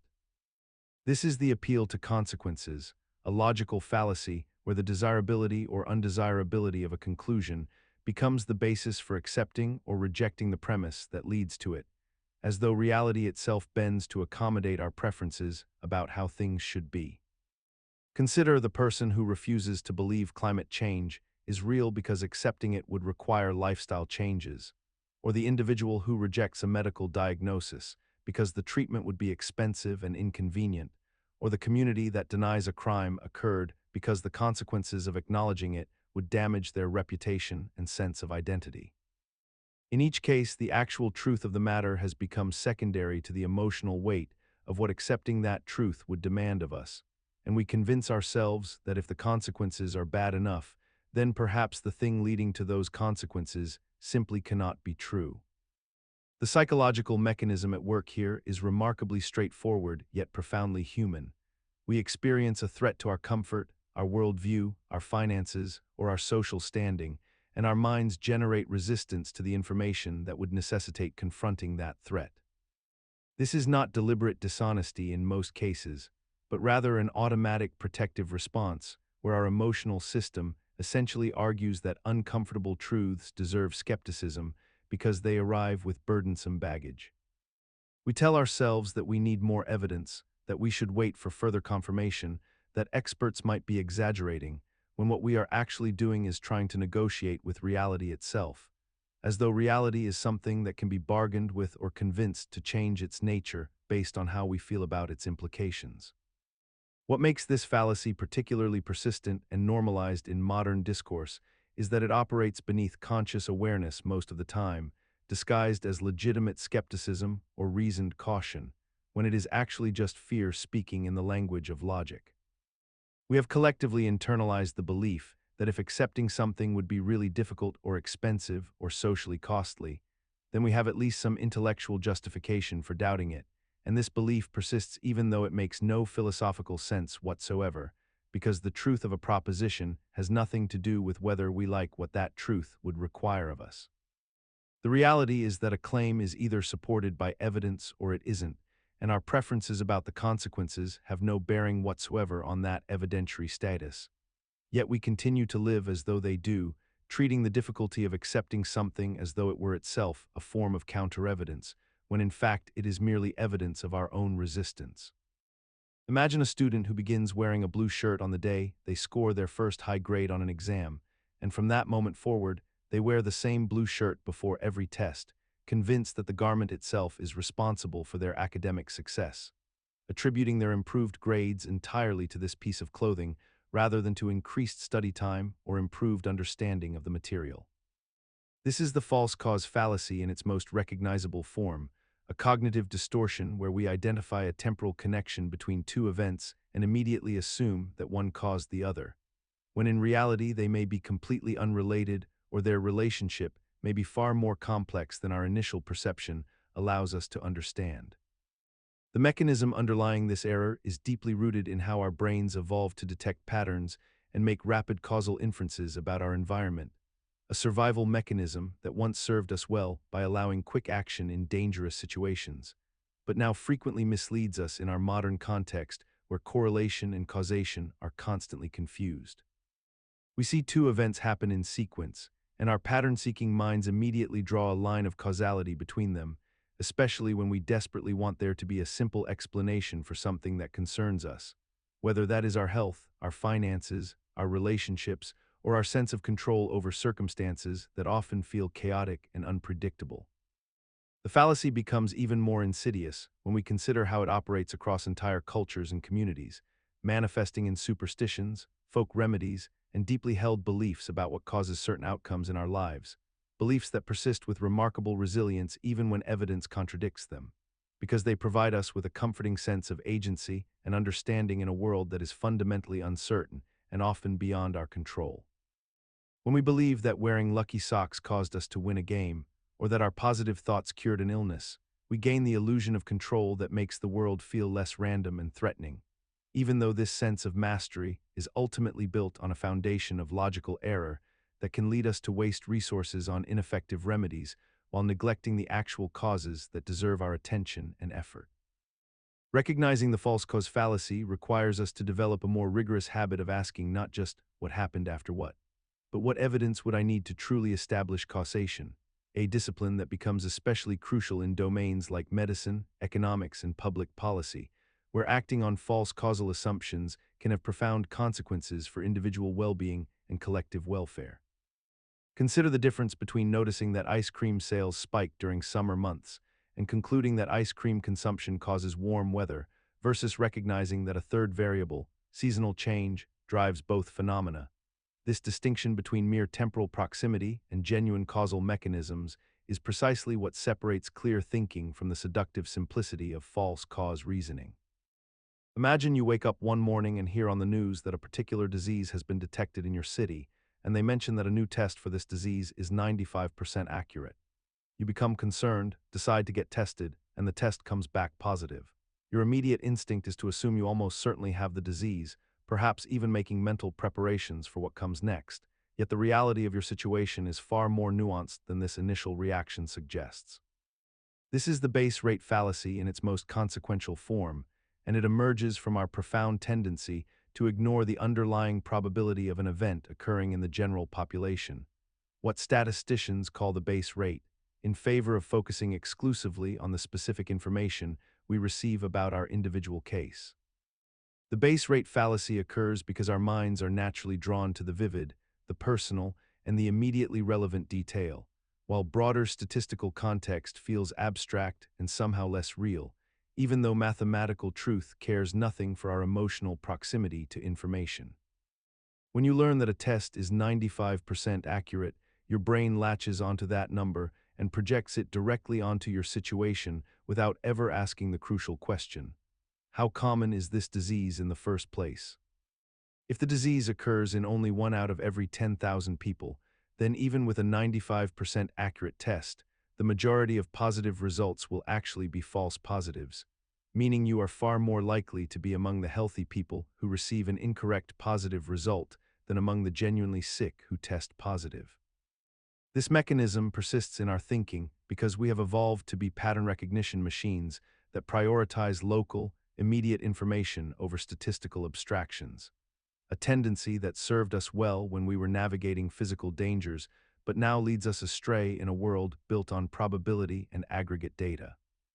We see this fallacy everywhere in modern life, from how we assess the danger of rare but spectacular risks like plane crashes or terrorist attacks, while ignoring the vastly higher statistical threat of everyday driving or preventable disease, to how we evaluate medical treatments based on memorable individual success stories rather than rigorous trial data,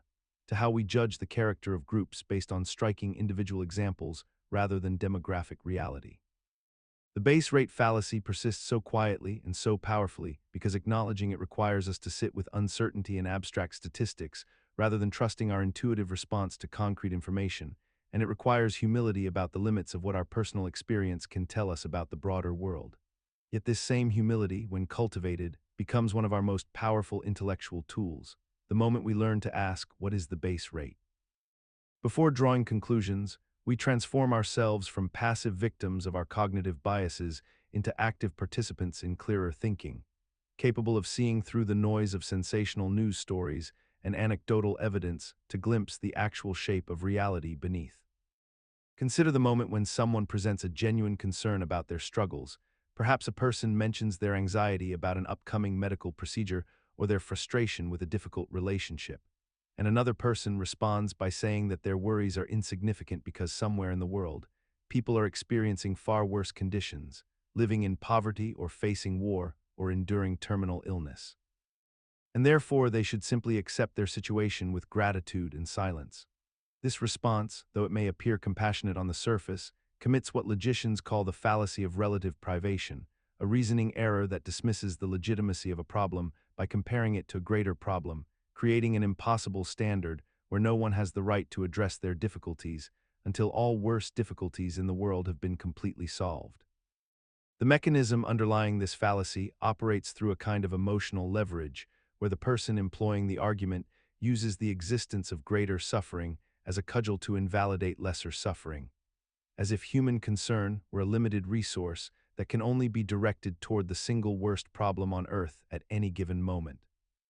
When in reality, suffering and difficulty exist on a spectrum, and addressing problems at various levels does not prevent us from addressing problems at other levels simultaneously. We allow this reasoning to persist in our culture because it feels intuitively generous, because invoking the suffering of those truly in dire circumstances can make us feel morally aware and humble, yet the logic collapses entirely when examined carefully. For by this standard no one could ever be justified in addressing any problem except the absolute worst one, and as soon as that problem were solved, attention would shift to the next worst problem, creating an endless chain where most human concerns remain perpetually delegitimized. The fallacy particularly flourishes in conversations about mental health and personal distress, where people convince themselves and others that depression or anxiety or loneliness are frivolous complaints because others have it worse. Yet this reasoning prevents people from seeking help and healing, ultimately creating a world where suffering is neither alleviated nor acknowledged, but simply hidden beneath layers of shame and enforced silence. The insidious power of this fallacy lies in how it disguises itself as moral clarity when it is actually a mechanism of control, a way of policing which grievances are worthy of attention and which must be swallowed in silence. And recognizing it allows us to finally grant ourselves and others permission to address the full spectrum of human difficulty without waiting for a world where suffering has been completely eradicated. Consider the moment when someone makes a statement that contains multiple possible interpretations, and rather than asking for clarification, you simply choose the meaning that best fits your existing beliefs or emotional state, then proceed as though that interpretation was the only one intended. You might hear a friend say that they find your creative work interesting, and because the word interesting can mean genuinely impressed or merely politely engaged, you unconsciously select whichever meaning aligns with your self-perception that day, perhaps believing they meant it as criticism when they meant it as praise, or vice versa. The ambiguity fallacy thrives in these moments of linguistic uncertainty, where the human mind refuses to sit with the discomfort of multiple possible truths, and instead collapses all possibilities into a single interpretation that feels psychologically safer or more familiar. What makes this fallacy particularly insidious is that it operates below conscious awareness most of the time, disguising itself as clear communication when in fact we are actively constructing meaning from ambiguous raw material. The mechanism is fundamentally about cognitive efficiency paired with emotional protection. Our brains evolved to make quick decisions and move forward, and ambiguous language presents a problem that requires either genuine inquiry or uncomfortable suspension of judgment, both of which demand energy and emotional risk. Instead, we exploit the ambiguity by reading into it what we already expect or fear, transforming a neutral statement into something that confirms our pre-existing narrative about ourselves, others, or the world. We have normalized this process so thoroughly that we rarely notice when we are doing it, treating our selected interpretation as the obvious or natural reading when we have actually performed significant psychological work to arrive at it. The persistence of the ambiguity fallacy suggests something deeper about human nature. We would rather be certain and wrong than uncertain and accurate, and we will unconsciously manipulate language to achieve that certainty whenever possible. This pattern becomes especially dangerous in relationships and high-stakes situations, where a single misinterpreted word can cascade into conflict or missed connection, yet we rarely pause to verify our reading against the speaker's actual intent. The tragedy is that clarity, genuine, humble inquiry into what was actually meant, remains available to us at any moment, yet we often choose the familiar comfort of our own constructed meaning instead. The cost of this avoidance is that we remain trapped in our own interpretive bubbles, never discovering that the other person meant something entirely different, and never learning that our fears or hopes were projections rather than reflections of reality. Until we develop the courage to ask, "What did you mean by that?" we remain locked in a dialogue with our own minds, mistaking it for genuine connection. The ambiguity fallacy is thus not merely a thinking error but a choice, however unconscious, to prioritize the safety of our own narrative over the vulnerability of genuine understanding.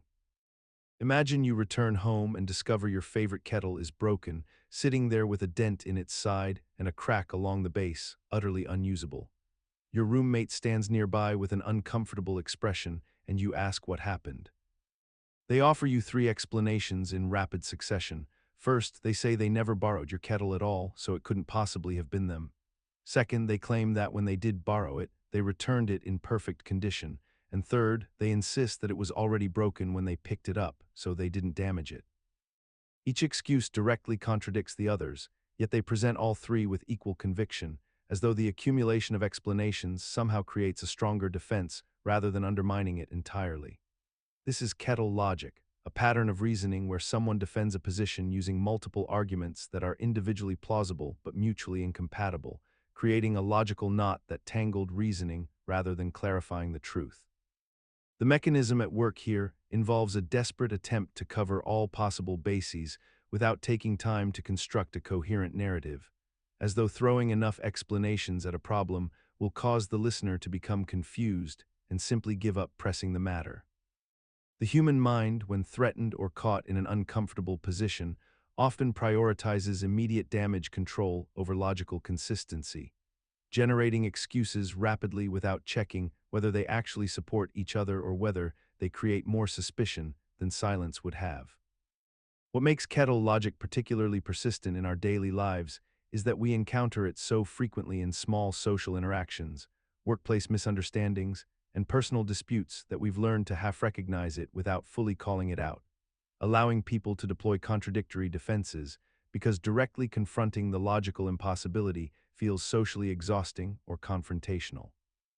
Yet the real power of Kettle Logic lies in this social exhaustion. Once someone has thrown multiple contradictions at you, the effort required to untangle them all often exceeds the effort of simply accepting an explanation and moving forward,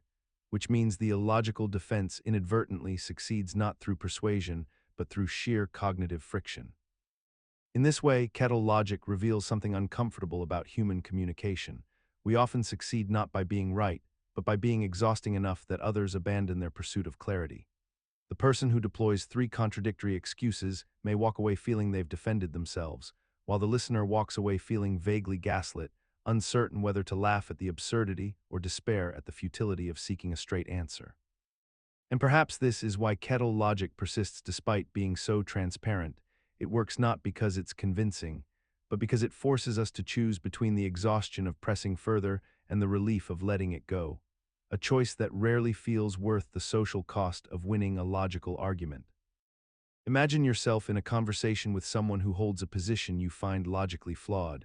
yet when you attempt to challenge their reasoning with evidence and counterarguments, they respond not with further logic but with a veiled threat, a display of power, or an invocation of their authority to make you comply regardless of merit.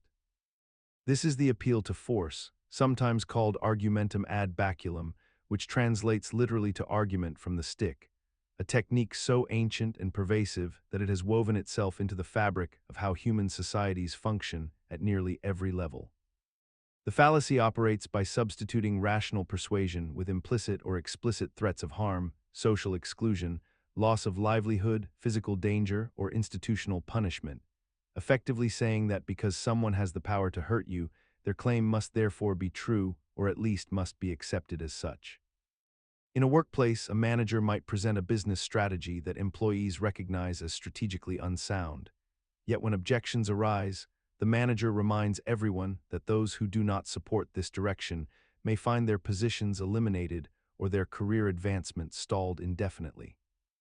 In politics, authoritarian figures have long used this mechanism by suggesting that disagreement with state policy leads to imprisonment, exile, or worse, thereby collapsing the distinction between what is true and what is enforced. In education, a student might recognize that their teacher's explanation of a concept contains logical errors, yet the student remains silent because challenging the teacher risks a lowered grade or public humiliation. The psychological mechanism underlying appeal to force is remarkably simple yet devastatingly effective, for humans are creatures whose survival instincts are deeply embedded in our threat detection systems, and when we perceive that disagreement with a claim will result in our suffering, our rational faculties become subordinate to our self-preservation impulses. We may intellectually understand that coercion proves nothing about the truth of a proposition, yet our bodies and our fear responses do not distinguish between logical validity and physical consequence. What makes this fallacy particularly insidious is that it requires no eloquence, no sophisticated argument, no appeal to emotion or authority in the traditional sense. It operates at a more primal level than those devices, and therefore it often succeeds where reason might fail. Over time, societies that rely heavily on appeal to force develop peculiar characteristics, where people begin to confess agreement with statements they do not believe, where dissent becomes so costly that it effectively disappears from public discourse, and where truth itself becomes defined as whatever the powerful say it is. We have largely normalized this fallacy in structured hierarchies, telling ourselves that this is simply how authority works, that those in power have earned the right to be obeyed without question, and that challenging the powerful through reasoned discourse is somehow naive rather than essential to human dignity. When a person becomes successful, we often point to one defining moment or one particular decision as the reason for their achievement, overlooking the hundreds of other factors that contributed to their rise. Yet this singular narrative feels so satisfying and complete that we rarely question it. A company experiences a sudden decline in revenue, and management immediately blames a single competitor or a change in market conditions, when in reality the organization had been quietly losing efficiency across multiple departments, failing to innovate in subtle ways, and had been vulnerable to disruption for years. A student fails an important examination and attributes the entire failure to a single distraction on the day of the test. Rather than acknowledging the insufficient studying throughout the semester, the anxiety they had never properly managed, the gaps in their foundational knowledge, and the sleep deprivation that had accumulated over weeks. The fallacy of the single cause is our mind's desperate attempt to simplify complexity into a narrative with a clear villain or hero, a moment of decision, a turning point that we can point to and say, yes, that is what happened. This mental shortcut exists because our brains are overwhelmed by the genuine intricacy of reality, where thousands of variables interact simultaneously in ways that are nearly impossible to track or fully understand. And so we compress reality into digestible stories with one primary cause and one primary effect. We have normalized this thinking so thoroughly that entire fields of study, from history to business to medicine, are built on stories of single causes, and only in careful, rigorous examination do we begin to see the web of contributing factors that we had been overlooking. The danger is not simply that we misunderstand what happened, but that we become blind to prevention and improvement, because if we believe a failure was caused by one thing, we fix that one thing and feel satisfied, never investigating the systemic vulnerabilities that allowed that single cause to matter in the first place. When we finally do recognize the multiple causes behind an outcome, we gain the ability to intervene at numerous points rather than just one, transforming our understanding from a simple diagnosis into a comprehensive strategy for genuine change. This shift from searching for the single villain to mapping the entire landscape of causes is perhaps one of the most difficult mental moves we can make, because it requires us to accept that reality is messier than our stories, that blame is more diffuse, and that understanding demands we hold multiple truths simultaneously rather than collapsing them into one satisfying narrative. Yet perhaps the hardest truth is that accepting complexity does not make us feel like we understand. It makes us feel like we are standing in fog. And so even when we glimpse the web of causes, we often retreat back to the comfort of a single story, because understanding reality as it truly is requires a tolerance for uncertainty that most of us have never been taught to bear. Consider a situation where a company's leadership makes no public statement about allegations of misconduct within their organization, and someone concludes from that silence that the allegations must be true, or conversely, that the silence proves the company is innocent because they would have denied it otherwise. This is the argument from silence, a logical fallacy where the absence of information or statement is treated as evidence for a particular conclusion, when in fact silence communicates nothing definitive about the truth of any matter. The mechanism behind this fallacy operates on a deeply intuitive level within human psychology, rooted in our pattern-seeking nature and our tendency to fill voids with meaning. When we encounter silence, our minds rush to interpret it, creating narratives that conform to our existing beliefs or emotional states. If we distrust an organization, silence becomes suspicious and implies guilt. If we trust it, silence becomes prudent and implies innocence. The fallacy persists because silence does seem meaningful in our social interactions, where explicit communication is generally expected, yet we fail to recognize that silence can result from countless other factors entirely unrelated to the truth or falsehood of any claim. Someone might remain silent due to legal advice, fear of litigation, uncertainty about facts, lack of awareness, strategic communication planning, respect for ongoing investigations, or simply an assessment that engagement would be counterproductive. The argument from silence has become normalized in our discourse because we live in an age of information abundance where non-statements are often treated with as much interpretive weight as statements themselves. We scroll through news feeds and social media where the absence of a celebrity's response to controversy becomes newsworthy itself, where a politician's refusal to comment fuels speculation for weeks, where a company's lack of announcement becomes the announcement itself. This normalization blinds us to the logical emptiness at the heart of the fallacy, because we have collectively agreed to treat silence as meaningful data rather than recognizing it as the absence of data, as something that simply tells us nothing about the underlying reality we are trying to understand. To break free from this fallacy, we must cultivate a disciplined skepticism towards silence itself, recognizing that the absence of a statement is fundamentally different from a statement of absence, that not speaking about something tells us only that someone chose not to speak, nothing more. When we encounter silence, the appropriate response is not to construct narratives around it, but to actively seek out the actual evidence and testimony that could genuinely illuminate the question at hand. This shift from silence to evidence is admittedly difficult, requiring us to resist the psychological satisfaction of filling uncertainty with predetermined conclusions. Yet it remains the only path toward understanding that is grounded in what we actually know rather than what we fear or hope to be true. Imagine a scenario where someone proposes a policy or idea that would genuinely benefit the majority of people, yet you find yourself opposing it with considerable intensity, not because you've carefully examined its merits or flaws, but because you know it would also benefit someone you deeply dislike or someone from a group you resent.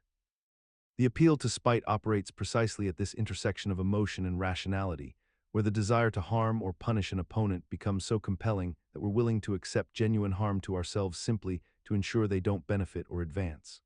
This fallacy doesn't rely on evidence or logical argumentation about why something is actually bad. Instead, it hijacks your decision-making process by making the suffering or disappointment of your adversary the primary objective.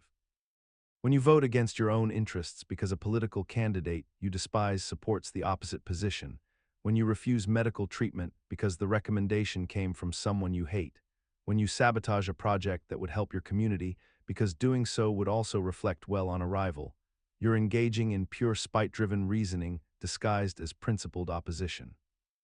The psychological mechanism underlying this fallacy runs deep into our evolutionary heritage, where tribal loyalty and the desire to undermine competitors often served survival purposes.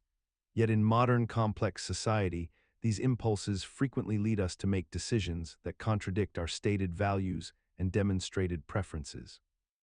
We've normalized this behavior to such a degree that we rarely question it. Instead, constructing elaborate post hoc rationalizations to justify positions we've already adopted based on emotional antagonism. And we observe this pattern continuously in political discourse, workplace conflicts, and personal relationships, where spite has become an acceptable if unspoken primary motivation for countless decisions that affect our actual well-being. The insidious nature of spite becomes even more apparent when we recognize that it often masquerades as principle or integrity,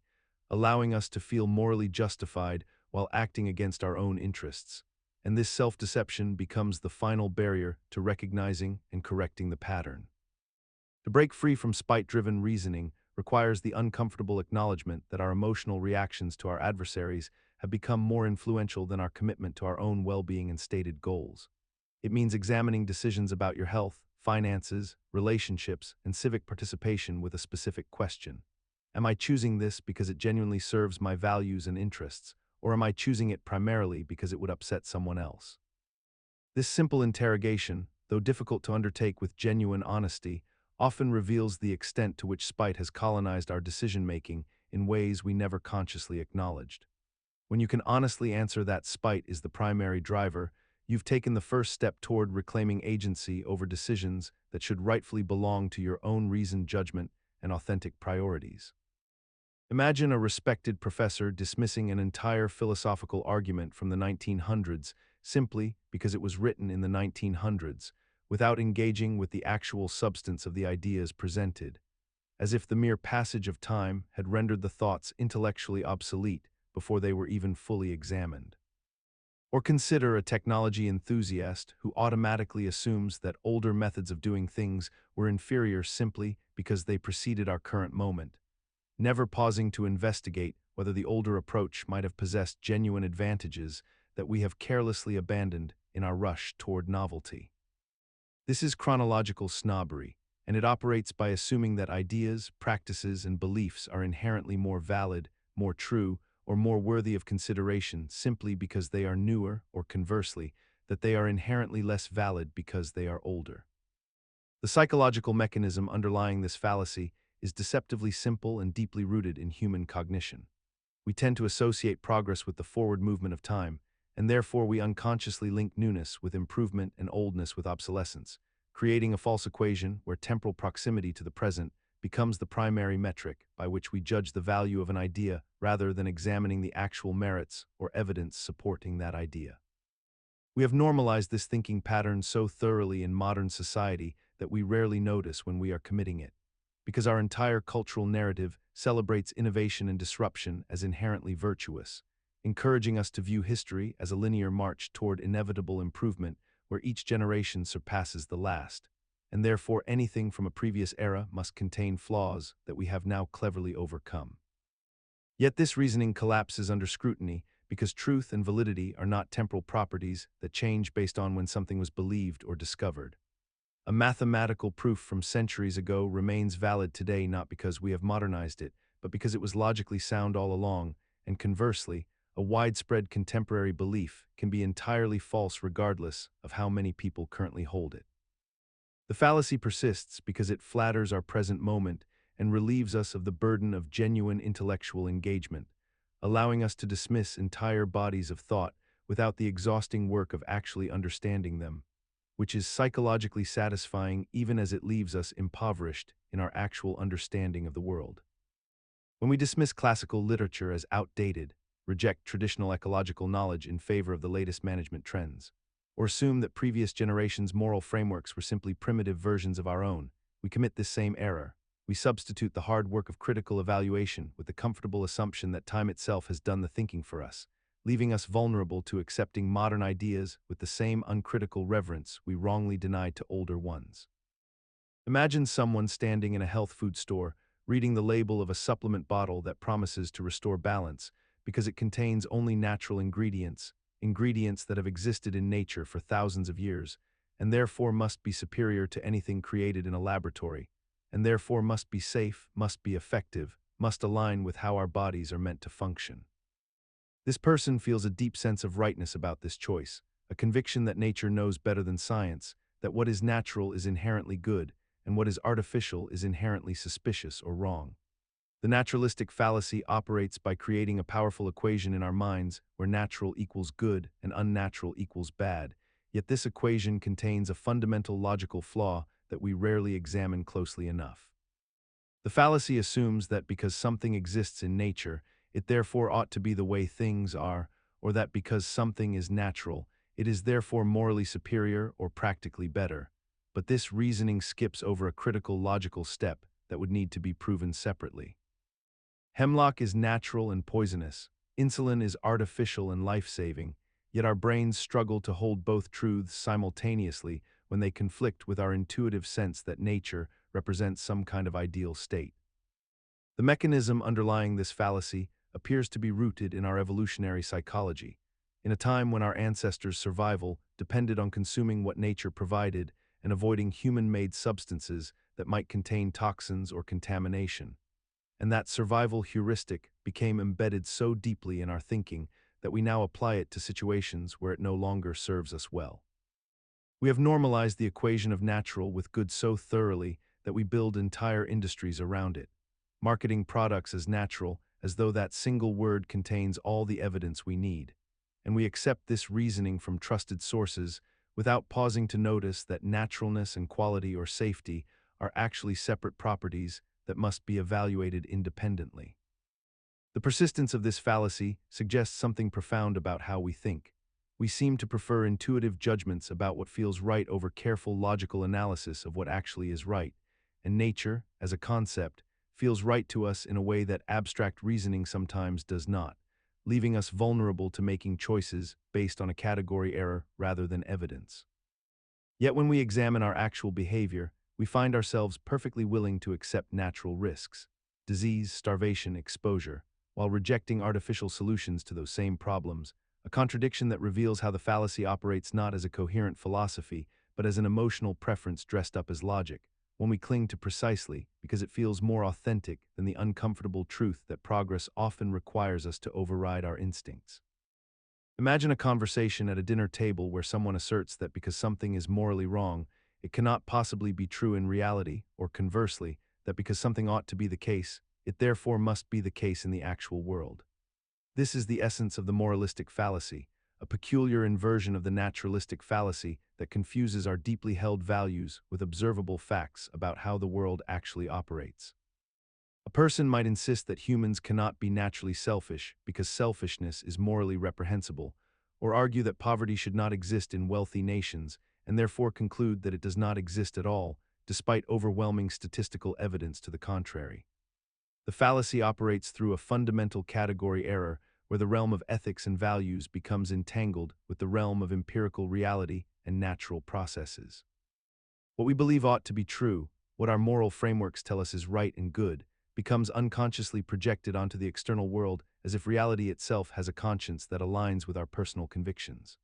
The psychological mechanism driving this error stems from our profound need for moral coherence and a universe that reflects our values back to us, coupled with the discomfort we experience when confronted with a gap between how things should be and how things demonstrably are.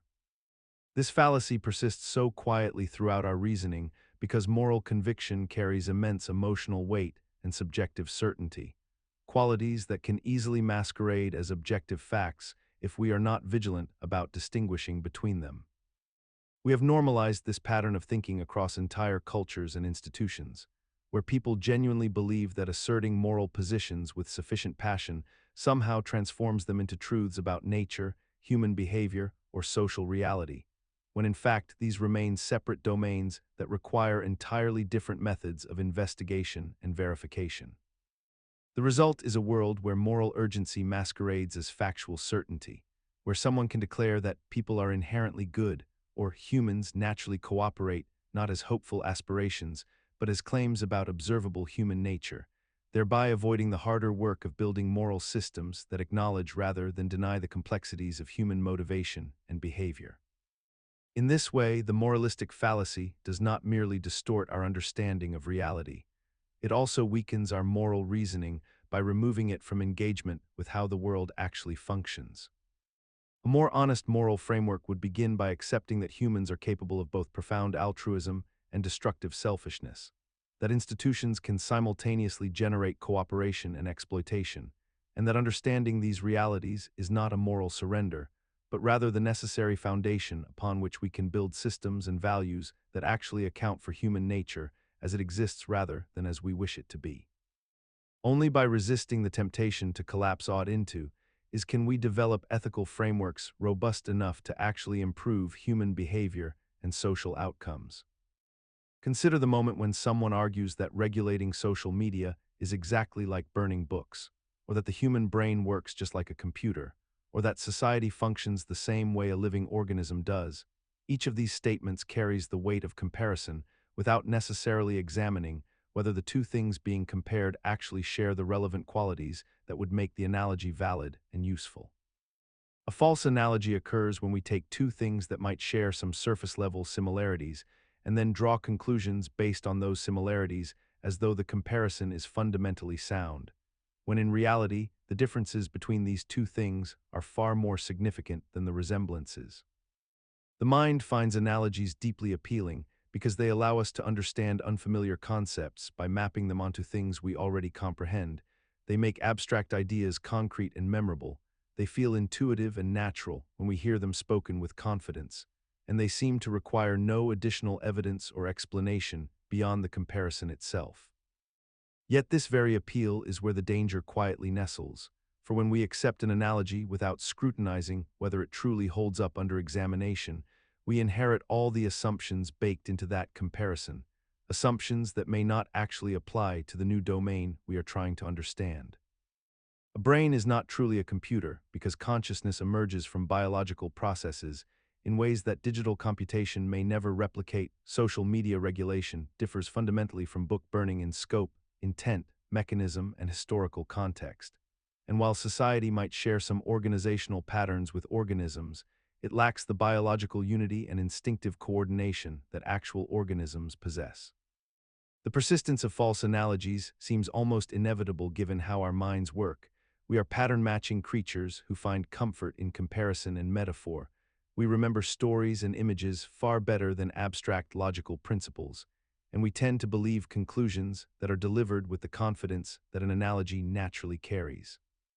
What makes this particular fallacy especially insidious is that it operates almost invisibly. The analogy feels like explanation, the comparison feels like understanding, and by the time we might question whether the two things are truly comparable in the relevant ways, the analogy has already shaped how we think about the problem, has already colored our intuitions and emotions about what should be done,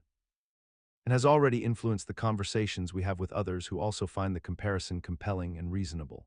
To guard against false analogies, we must develop the habit of asking, in what specific ways are these two things actually alike, and in what ways do they fundamentally differ? Only by naming the relevant similarities and differences explicitly can we determine whether the analogy illuminates truth or merely creates the comfortable illusion of understanding. Consider the moment when someone tells you that anxiety is holding you back, or that success requires courage, or that the market has spoken its verdict on your worth, and notice how naturally these abstract concepts transform into solid, tangible entities that seem to exist independently in the world, operating with their own agency and intention. The reification fallacy occurs when we take something that exists only as an idea, a process, or a social construct, and treat it as though it were a concrete physical object with genuine substance and autonomous power. When we say that society expects something of us, we have converted an invisible collection of dispersed human opinions into what feels like a singular, monolithic force that can demand, judge, and enforce its will. When we describe intelligence as something you either have or you don't, we have transformed what is actually a dynamic process of learning and adaptation into what seems like a fixed object that some people possess while others lack entirely. The psychological mechanism underlying this fallacy is our brain's deep preference for concrete categories and tangible boundaries, because our minds evolved in a world where survival depended on quickly identifying solid objects and understanding their physical properties. Abstract concepts are harder to hold, more slippery to reason about, and more demanding of sustained cognitive effort, so our minds naturally gravitate toward treating them as though they were things we could pick up, measure, and store away. We speak of time as though it flows like water, of love as though it grows like a plant, of progress as though it moves forward like a train, and in doing so we gain the comfort of familiarity at the cost of profound distortion. Depression becomes something that possesses you rather than a state your mind and body have entered. Tradition becomes something that binds you rather than a pattern you could choose differently. And the economy becomes something with moods and intentions rather than the aggregate of countless human decisions. This fallacy persists so quietly because it offers genuine practical utility even as it misleads us, allowing us to discuss complex processes using simple language that everyone understands. And somehow we have collectively agreed that this linguistic convenience justifies treating metaphors as though they were facts about reality itself. Yet the moment we forget that these are metaphors, the moment we treat the reification as revelation rather than convenient shorthand, we begin to act as though we have less agency than we actually possess, surrendering to forces we have unconsciously created and could consciously unmake. The market does not speak. Millions of people make individual choices whose patterns we then describe and project back onto an imagined entity. When you recognize this distinction, when you see the reified abstraction dissolve back into the human choices and processes that created it, you recover a degree of freedom that was never actually lost, only obscured by the grammar of our own explanations.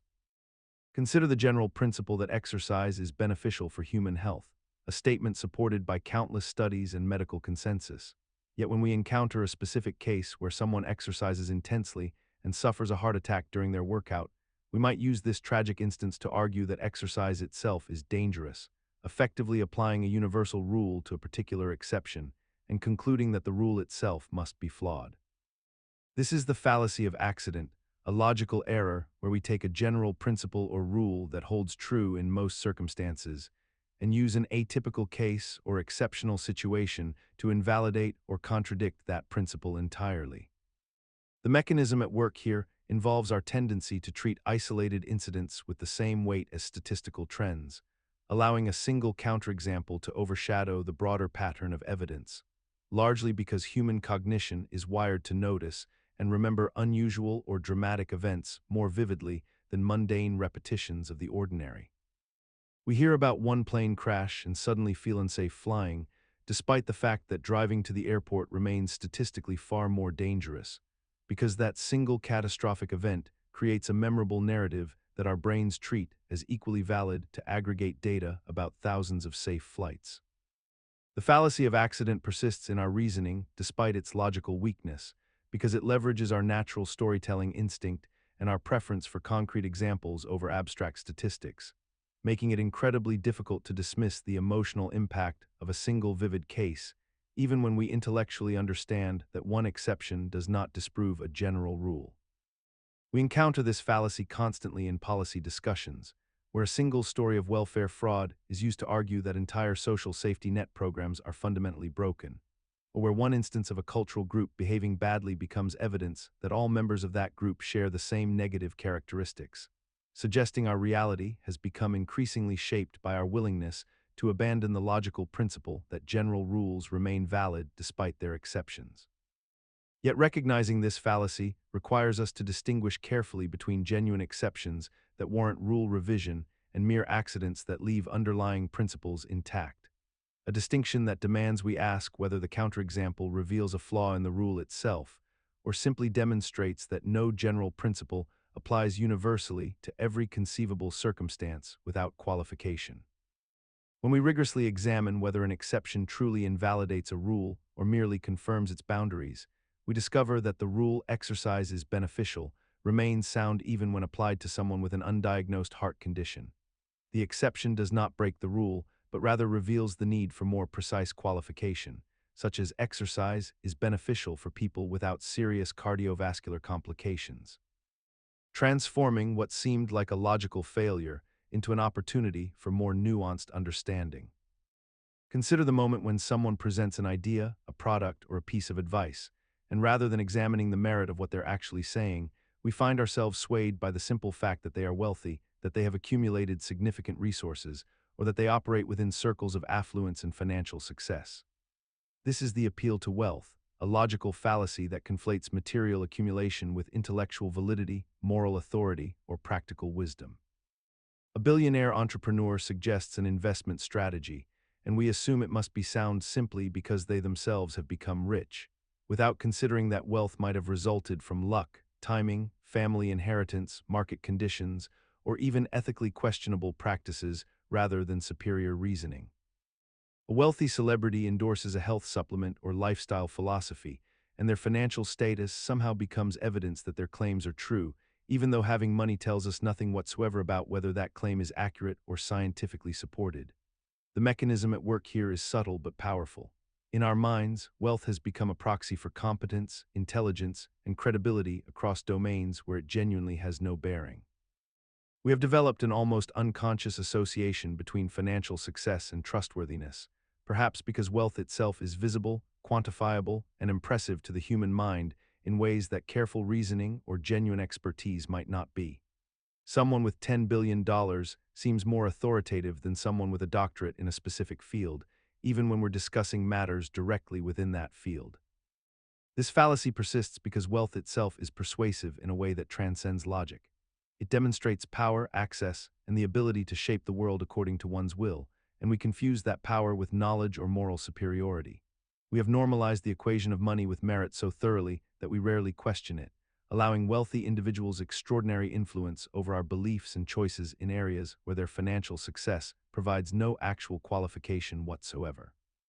The result is a world in which we grant credibility disproportionately to the financially successful, allowing their pronouncements on education, politics, morality, and social policy to carry weight they have not earned through expertise or demonstrated understanding, while the careful analysis of ordinary people remains largely unheard.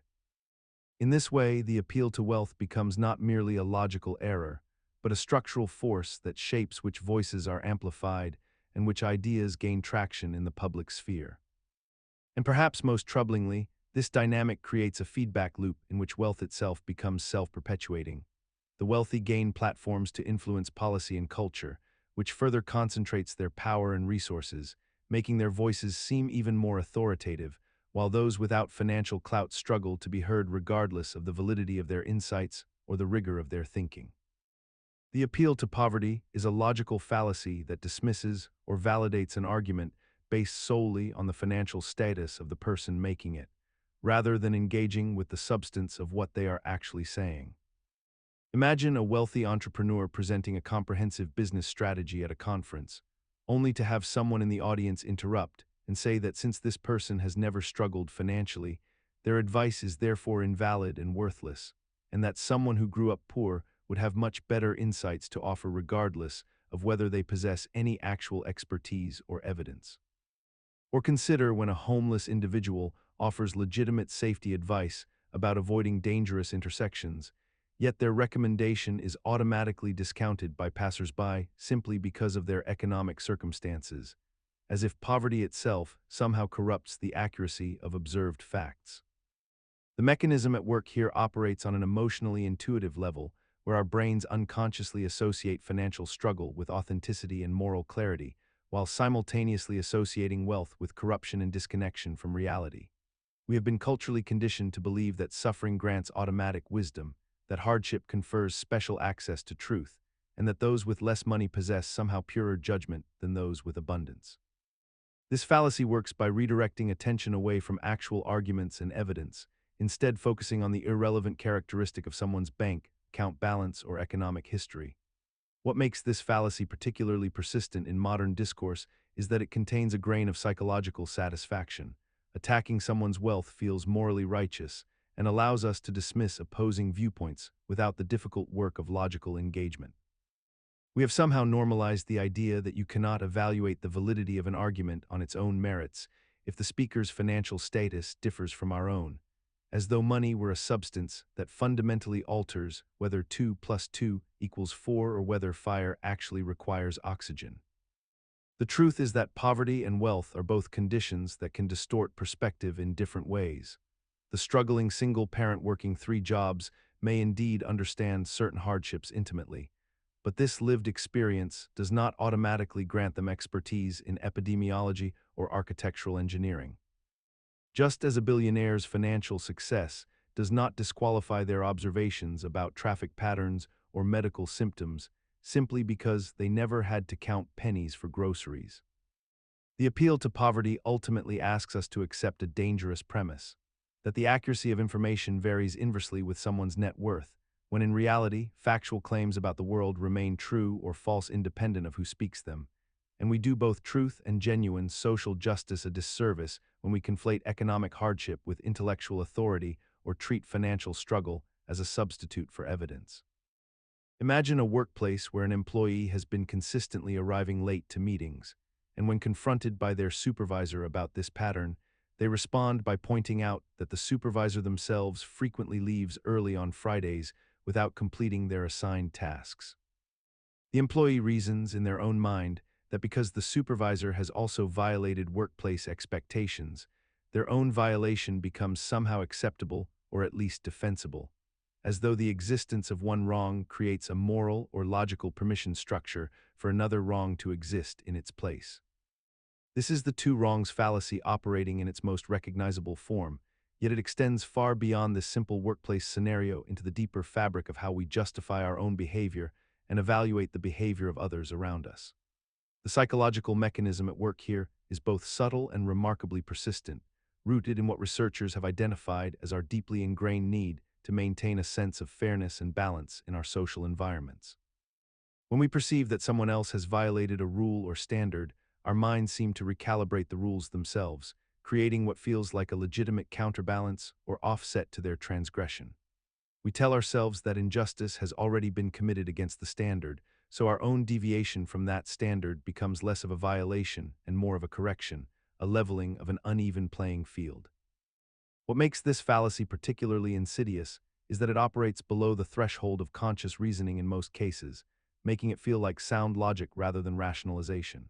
We have collectively normalized this pattern to such a degree that it shapes everything from international relations, where nations justify military actions based on prior aggressions by other nations, to personal relationships, where we excuse our own unkindness by referencing unkindness we have previously received. The fallacy persists because it provides immediate psychological relief from the discomfort of acknowledging our own wrongdoing, and because our social environments rarely challenge us to see through it clearly enough to abandon it entirely.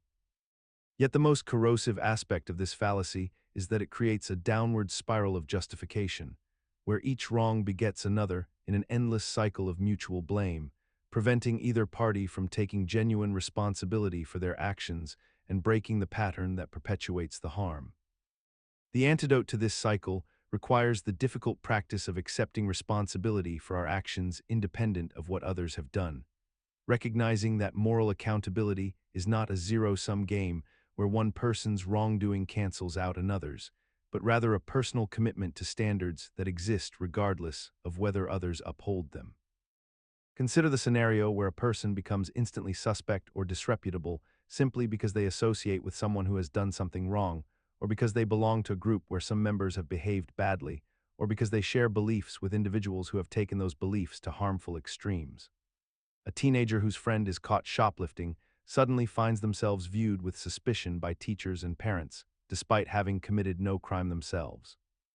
An entire profession becomes tainted when a few members engage in misconduct, causing all practitioners to face unfounded distrust. A political ideology becomes radioactive when extremists claim it as their own, poisoning the reputation of ordinary people who hold similar but moderate views.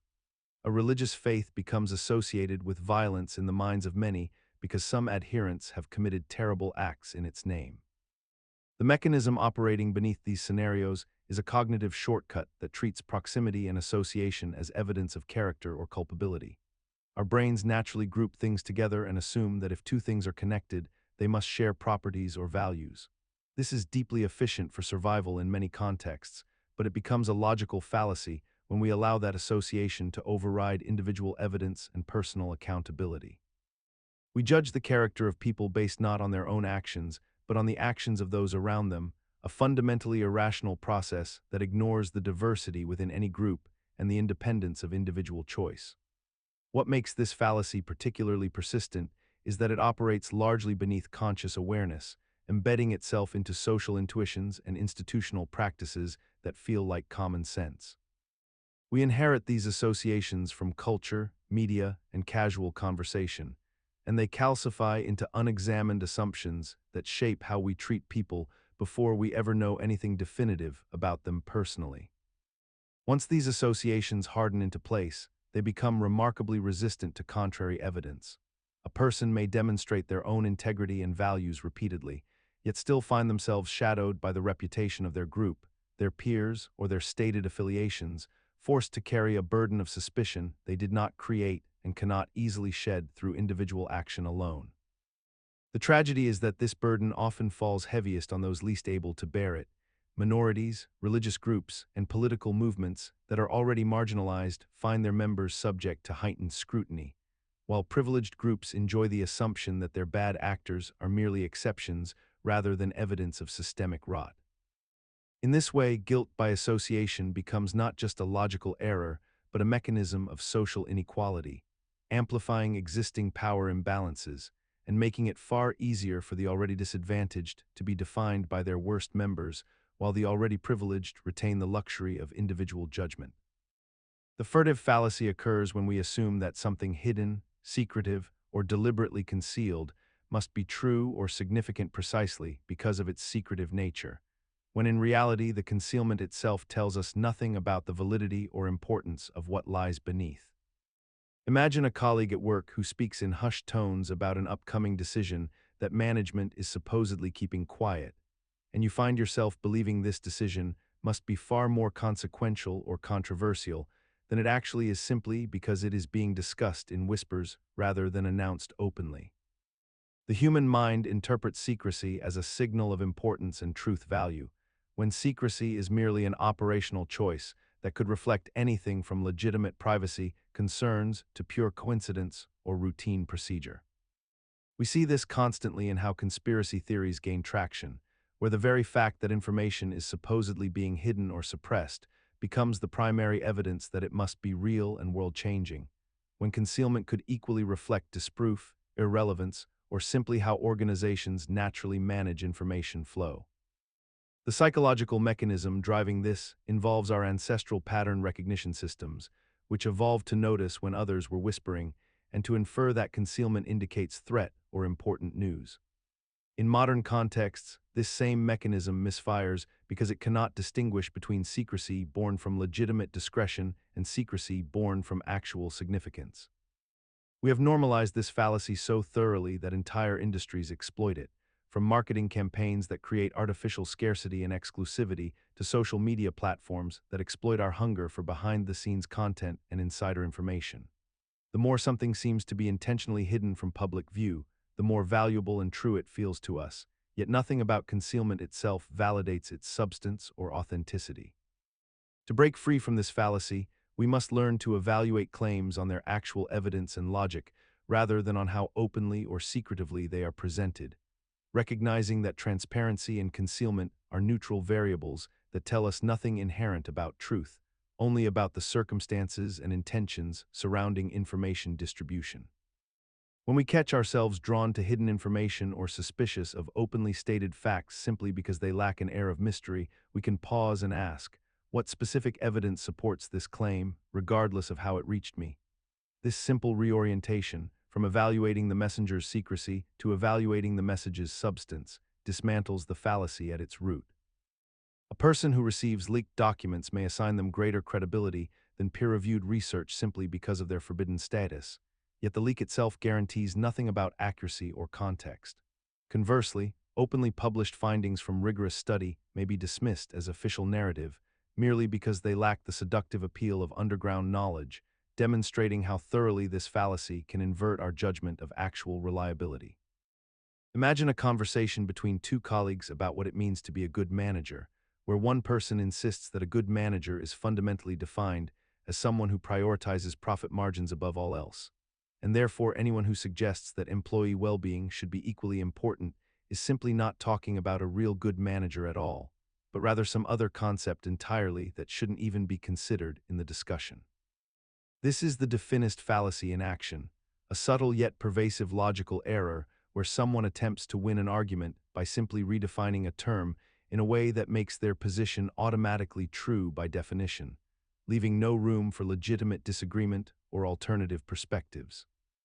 The fallacy operates through a deceptively simple mechanism. By controlling the definition of a word, you control what can logically be said about it, transforming what should be an open debate about values and priorities into an apparent dispute about the meaning of language itself, which cannot be resolved through evidence or reasoning because definitions are treated as arbitrary stipulations rather than descriptions of how words are actually used in the world. What makes the Definist fallacy particularly insidious is that it often feels intellectually rigorous on the surface, as if the person making the argument is simply being precise and careful about language, when in reality they are performing an act of rhetorical sleight of hand that short-circuits genuine dialogue by declaring certain positions logically impossible before any real examination can occur. We encounter this fallacy constantly in debates about justice, freedom, success, love, and countless other significant concepts, where people become so attached to their particular definitions that they treat alternative understandings not as different but equally valid perspectives, but as fundamental confusions or even corruptions of what the word really means. The persistence of the Definist fallacy suggests something deeper about human reasoning itself, namely that we often prefer the comfort of settled definitions and closed questions to the discomfort of ongoing negotiation about meaning and value,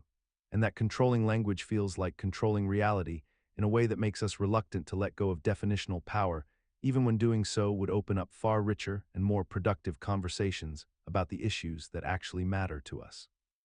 Perhaps the deepest cost of the Definist fallacy is that it mistakes verbal victory for actual understanding, allowing us to feel that we've won an argument about what matters most, while remaining fundamentally unable to learn anything from those who see the world differently, since we've preemptively declared their perspective linguistically incoherent rather than genuinely alternative. In this way, the Definist fallacy becomes not merely a mistake in reasoning, but a barrier to the kind of intellectual humility that genuine understanding requires. A refusal to acknowledge that the words we inherit are living things, shaped by competing human experiences and values, rather than crystalline essences waiting to be discovered and defended against contamination. Imagine you are sitting in a meeting at work, and your manager presents a new project that you instinctively recognize as poorly planned, with unrealistic timelines and insufficient resources allocated to it. You begin to formulate your concerns, preparing to voice your objections with specific examples and logical reasoning. But then your manager leans forward and says something like, "I'm bringing this to you specifically because you're one of the most capable people on the team, and I trust your judgment more than anyone else's." In that moment, something shifts within your cognitive landscape. The flattery washes over you like a warm current, and suddenly your critical faculties feel softer, more compliant. You find yourself nodding along, finding reasons why the project might actually work, minimizing the problems you just identified moments before. This is the appeal to flattery at work, a fallacy so embedded in human interaction that we rarely notice its machinery operating beneath the surface of conversation. The mechanism here is fundamentally about emotional manipulation disguised as respect or appreciation. When someone flatters us, they activate the reward centers of our brain, triggering the release of dopamine and creating a temporary state of elevated self-regard. This neurological shift clouds our judgment precisely at the moment when clear thinking is most necessary. The flatterer has essentially created a social debt, an unspoken obligation where accepting their compliment feels like a transaction, and rejecting their proposal afterward would feel like ingratitude or contradiction of the persona they've just reinforced in us. What makes this fallacy particularly insidious is that it bypasses the rational mind almost entirely. We know logically that being intelligent or capable does not automatically make a bad idea good, yet the flattery short-circuits this understanding. Our brains are wired from childhood to respond positively to praise, to seek approval and maintain the self-image that others reflect back to us, and this ancient programming still governs much of our decision-making even in modern contexts. The appeal to flattery persists throughout human society because it works reliably, because we have normalized the coupling of praise with requests, and because most people are not explicitly trained to recognize when their judgment is being corrupted by appeals to their vanity. We accept flattery as a natural part of social discourse rather than as a potential weapon against our own reasoning. The insidious elegance of flattery lies in the fact that the target often leaves the interaction feeling good about themselves and the flatterer, completely unaware that their critical judgment has been compromised. They experience it not as manipulation, but as validation. To defend against this fallacy, we must learn to mentally separate the truth of a compliment from the merit of a proposal, recognizing that being excellent in one domain tells us nothing about whether a specific idea is sound. Consider the moment when someone presents you with a complex problem or a challenging idea that requires genuine reflection, and instead of engaging with the substance of what has been said, they respond with a phrase like, "It is what it is," or "Everything happens for a reason," or "You just have to have faith." These seemingly innocuous expressions function as mental shortcuts that allow us to avoid the discomfort of uncertainty and the cognitive labor required to think deeply about difficult subjects. A thought-terminating cliché is essentially a familiar, culturally accepted phrase that sounds profound or wise, but actually serves to shut down further inquiry and examination, creating an illusion of understanding while preventing any real analysis from occurring. When someone encounters a situation that causes anxiety or demands critical thinking, the mind naturally seeks refuge in these prepackaged phrases because they feel safe, validated by repetition and social consensus, and they offer the psychological comfort of appearing to have closure without requiring the vulnerability of admitting confusion or the effort of grappling with nuance. The mechanism operates on several psychological levels simultaneously. First, these clichés activate neural pathways associated with familiarity and social bonding, creating a sense of relief when we deploy them because they connect us to a larger community of people who have used the same phrases. Second, they function as cognitive closing devices that prevent the uncomfortable state of cognitive dissonance from persisting, essentially allowing our minds to move on from troubling thoughts by declaring the matter settled through rhetorical declaration. Third, they often carry an implicit authority, as though the cliché itself contains some deeper truth that we should simply accept without interrogation. The phrase, "It is what it is," deserves particular examination because it appears to acknowledge reality while actually refusing to engage with any aspect of that reality, creating a paradoxical state where we claim acceptance while simultaneously avoiding any genuine understanding or response. What makes this fallacy so persistent and difficult to recognize is precisely that it serves such powerful psychological functions and that society actively encourages and rewards its use in countless contexts, from self-help culture to religious discourse to casual conversation among friends. We have constructed entire social frameworks where deploying the right cliché at the right moment marks one as wise, grounded, or spiritually evolved, when in fact these moments often represent the exact opposite of genuine wisdom, which demands engagement with complexity rather than retreat from it. The normalization of thought-terminating clichés has created a culture where certain conversations have become impossible because the acceptable responses have been predetermined, where people can move through life avoiding the recursive, sometimes painful process of actually thinking about what they believe and why, and where we collectively agree that comfort matters more than clarity. Imagine a student who has been consistently performing poorly on their mathematics exams, scoring in the 30 to 40% range for several weeks in a row, and then one particular week, perhaps due to extra studying or simply chance variation, they score 55%, which while still failing, represents a noticeable improvement from their recent pattern. The student's parents, observing this uptick in performance, immediately attribute it to a new tutoring service they hired just before this exam, and they become convinced that the tutor's intervention was the decisive factor in producing this better result. They continue the tutoring, expecting sustained improvement, yet the following week the student's score drops back down to the 38% range, and the parents, rather than recognizing that natural fluctuation was always at play, instead conclude that the tutor has suddenly become less effective or that the student has regressed in effort. This is the regression fallacy in its most common manifestation, a cognitive error where we attribute changes in performance or outcomes to specific interventions or causes when those changes are actually simply the result of natural statistical regression toward the mean. The mechanism at work here involves our deeply ingrained tendency to seek causal explanations for everything we observe, a tendency that served us reasonably well in many survival contexts, but that leads us astray when we fail to account for randomness and natural variation in systems. When extreme values occur in any measurement or performance, they are statistically likely to be followed by values closer to the average, not because of any intervention or change in cause, but purely because extreme events are inherently less likely to repeat than average events. Our minds, however, are constructed to detect patterns and assign causes, and when we intervene during a period of extreme performance and then observe regression toward the mean, we naturally and powerfully attribute that regression to our intervention rather than recognizing it as a mathematical inevitability. This fallacy persists throughout medicine, business, sports, education, and personal development because it aligns so perfectly with our psychological need for agency and causality, making it remarkably resistant to correction even when we intellectually understand the statistical principle at work.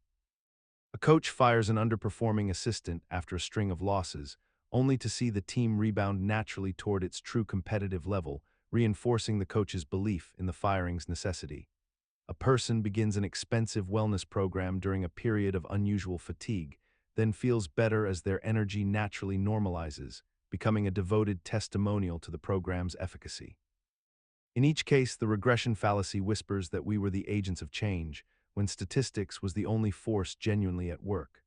Understanding this fallacy requires us to develop what might be called statistical humility, the recognition that not every improvement deserves credit, and not every decline demands blame, for sometimes the pendulum simply swings back toward equilibrium as it must.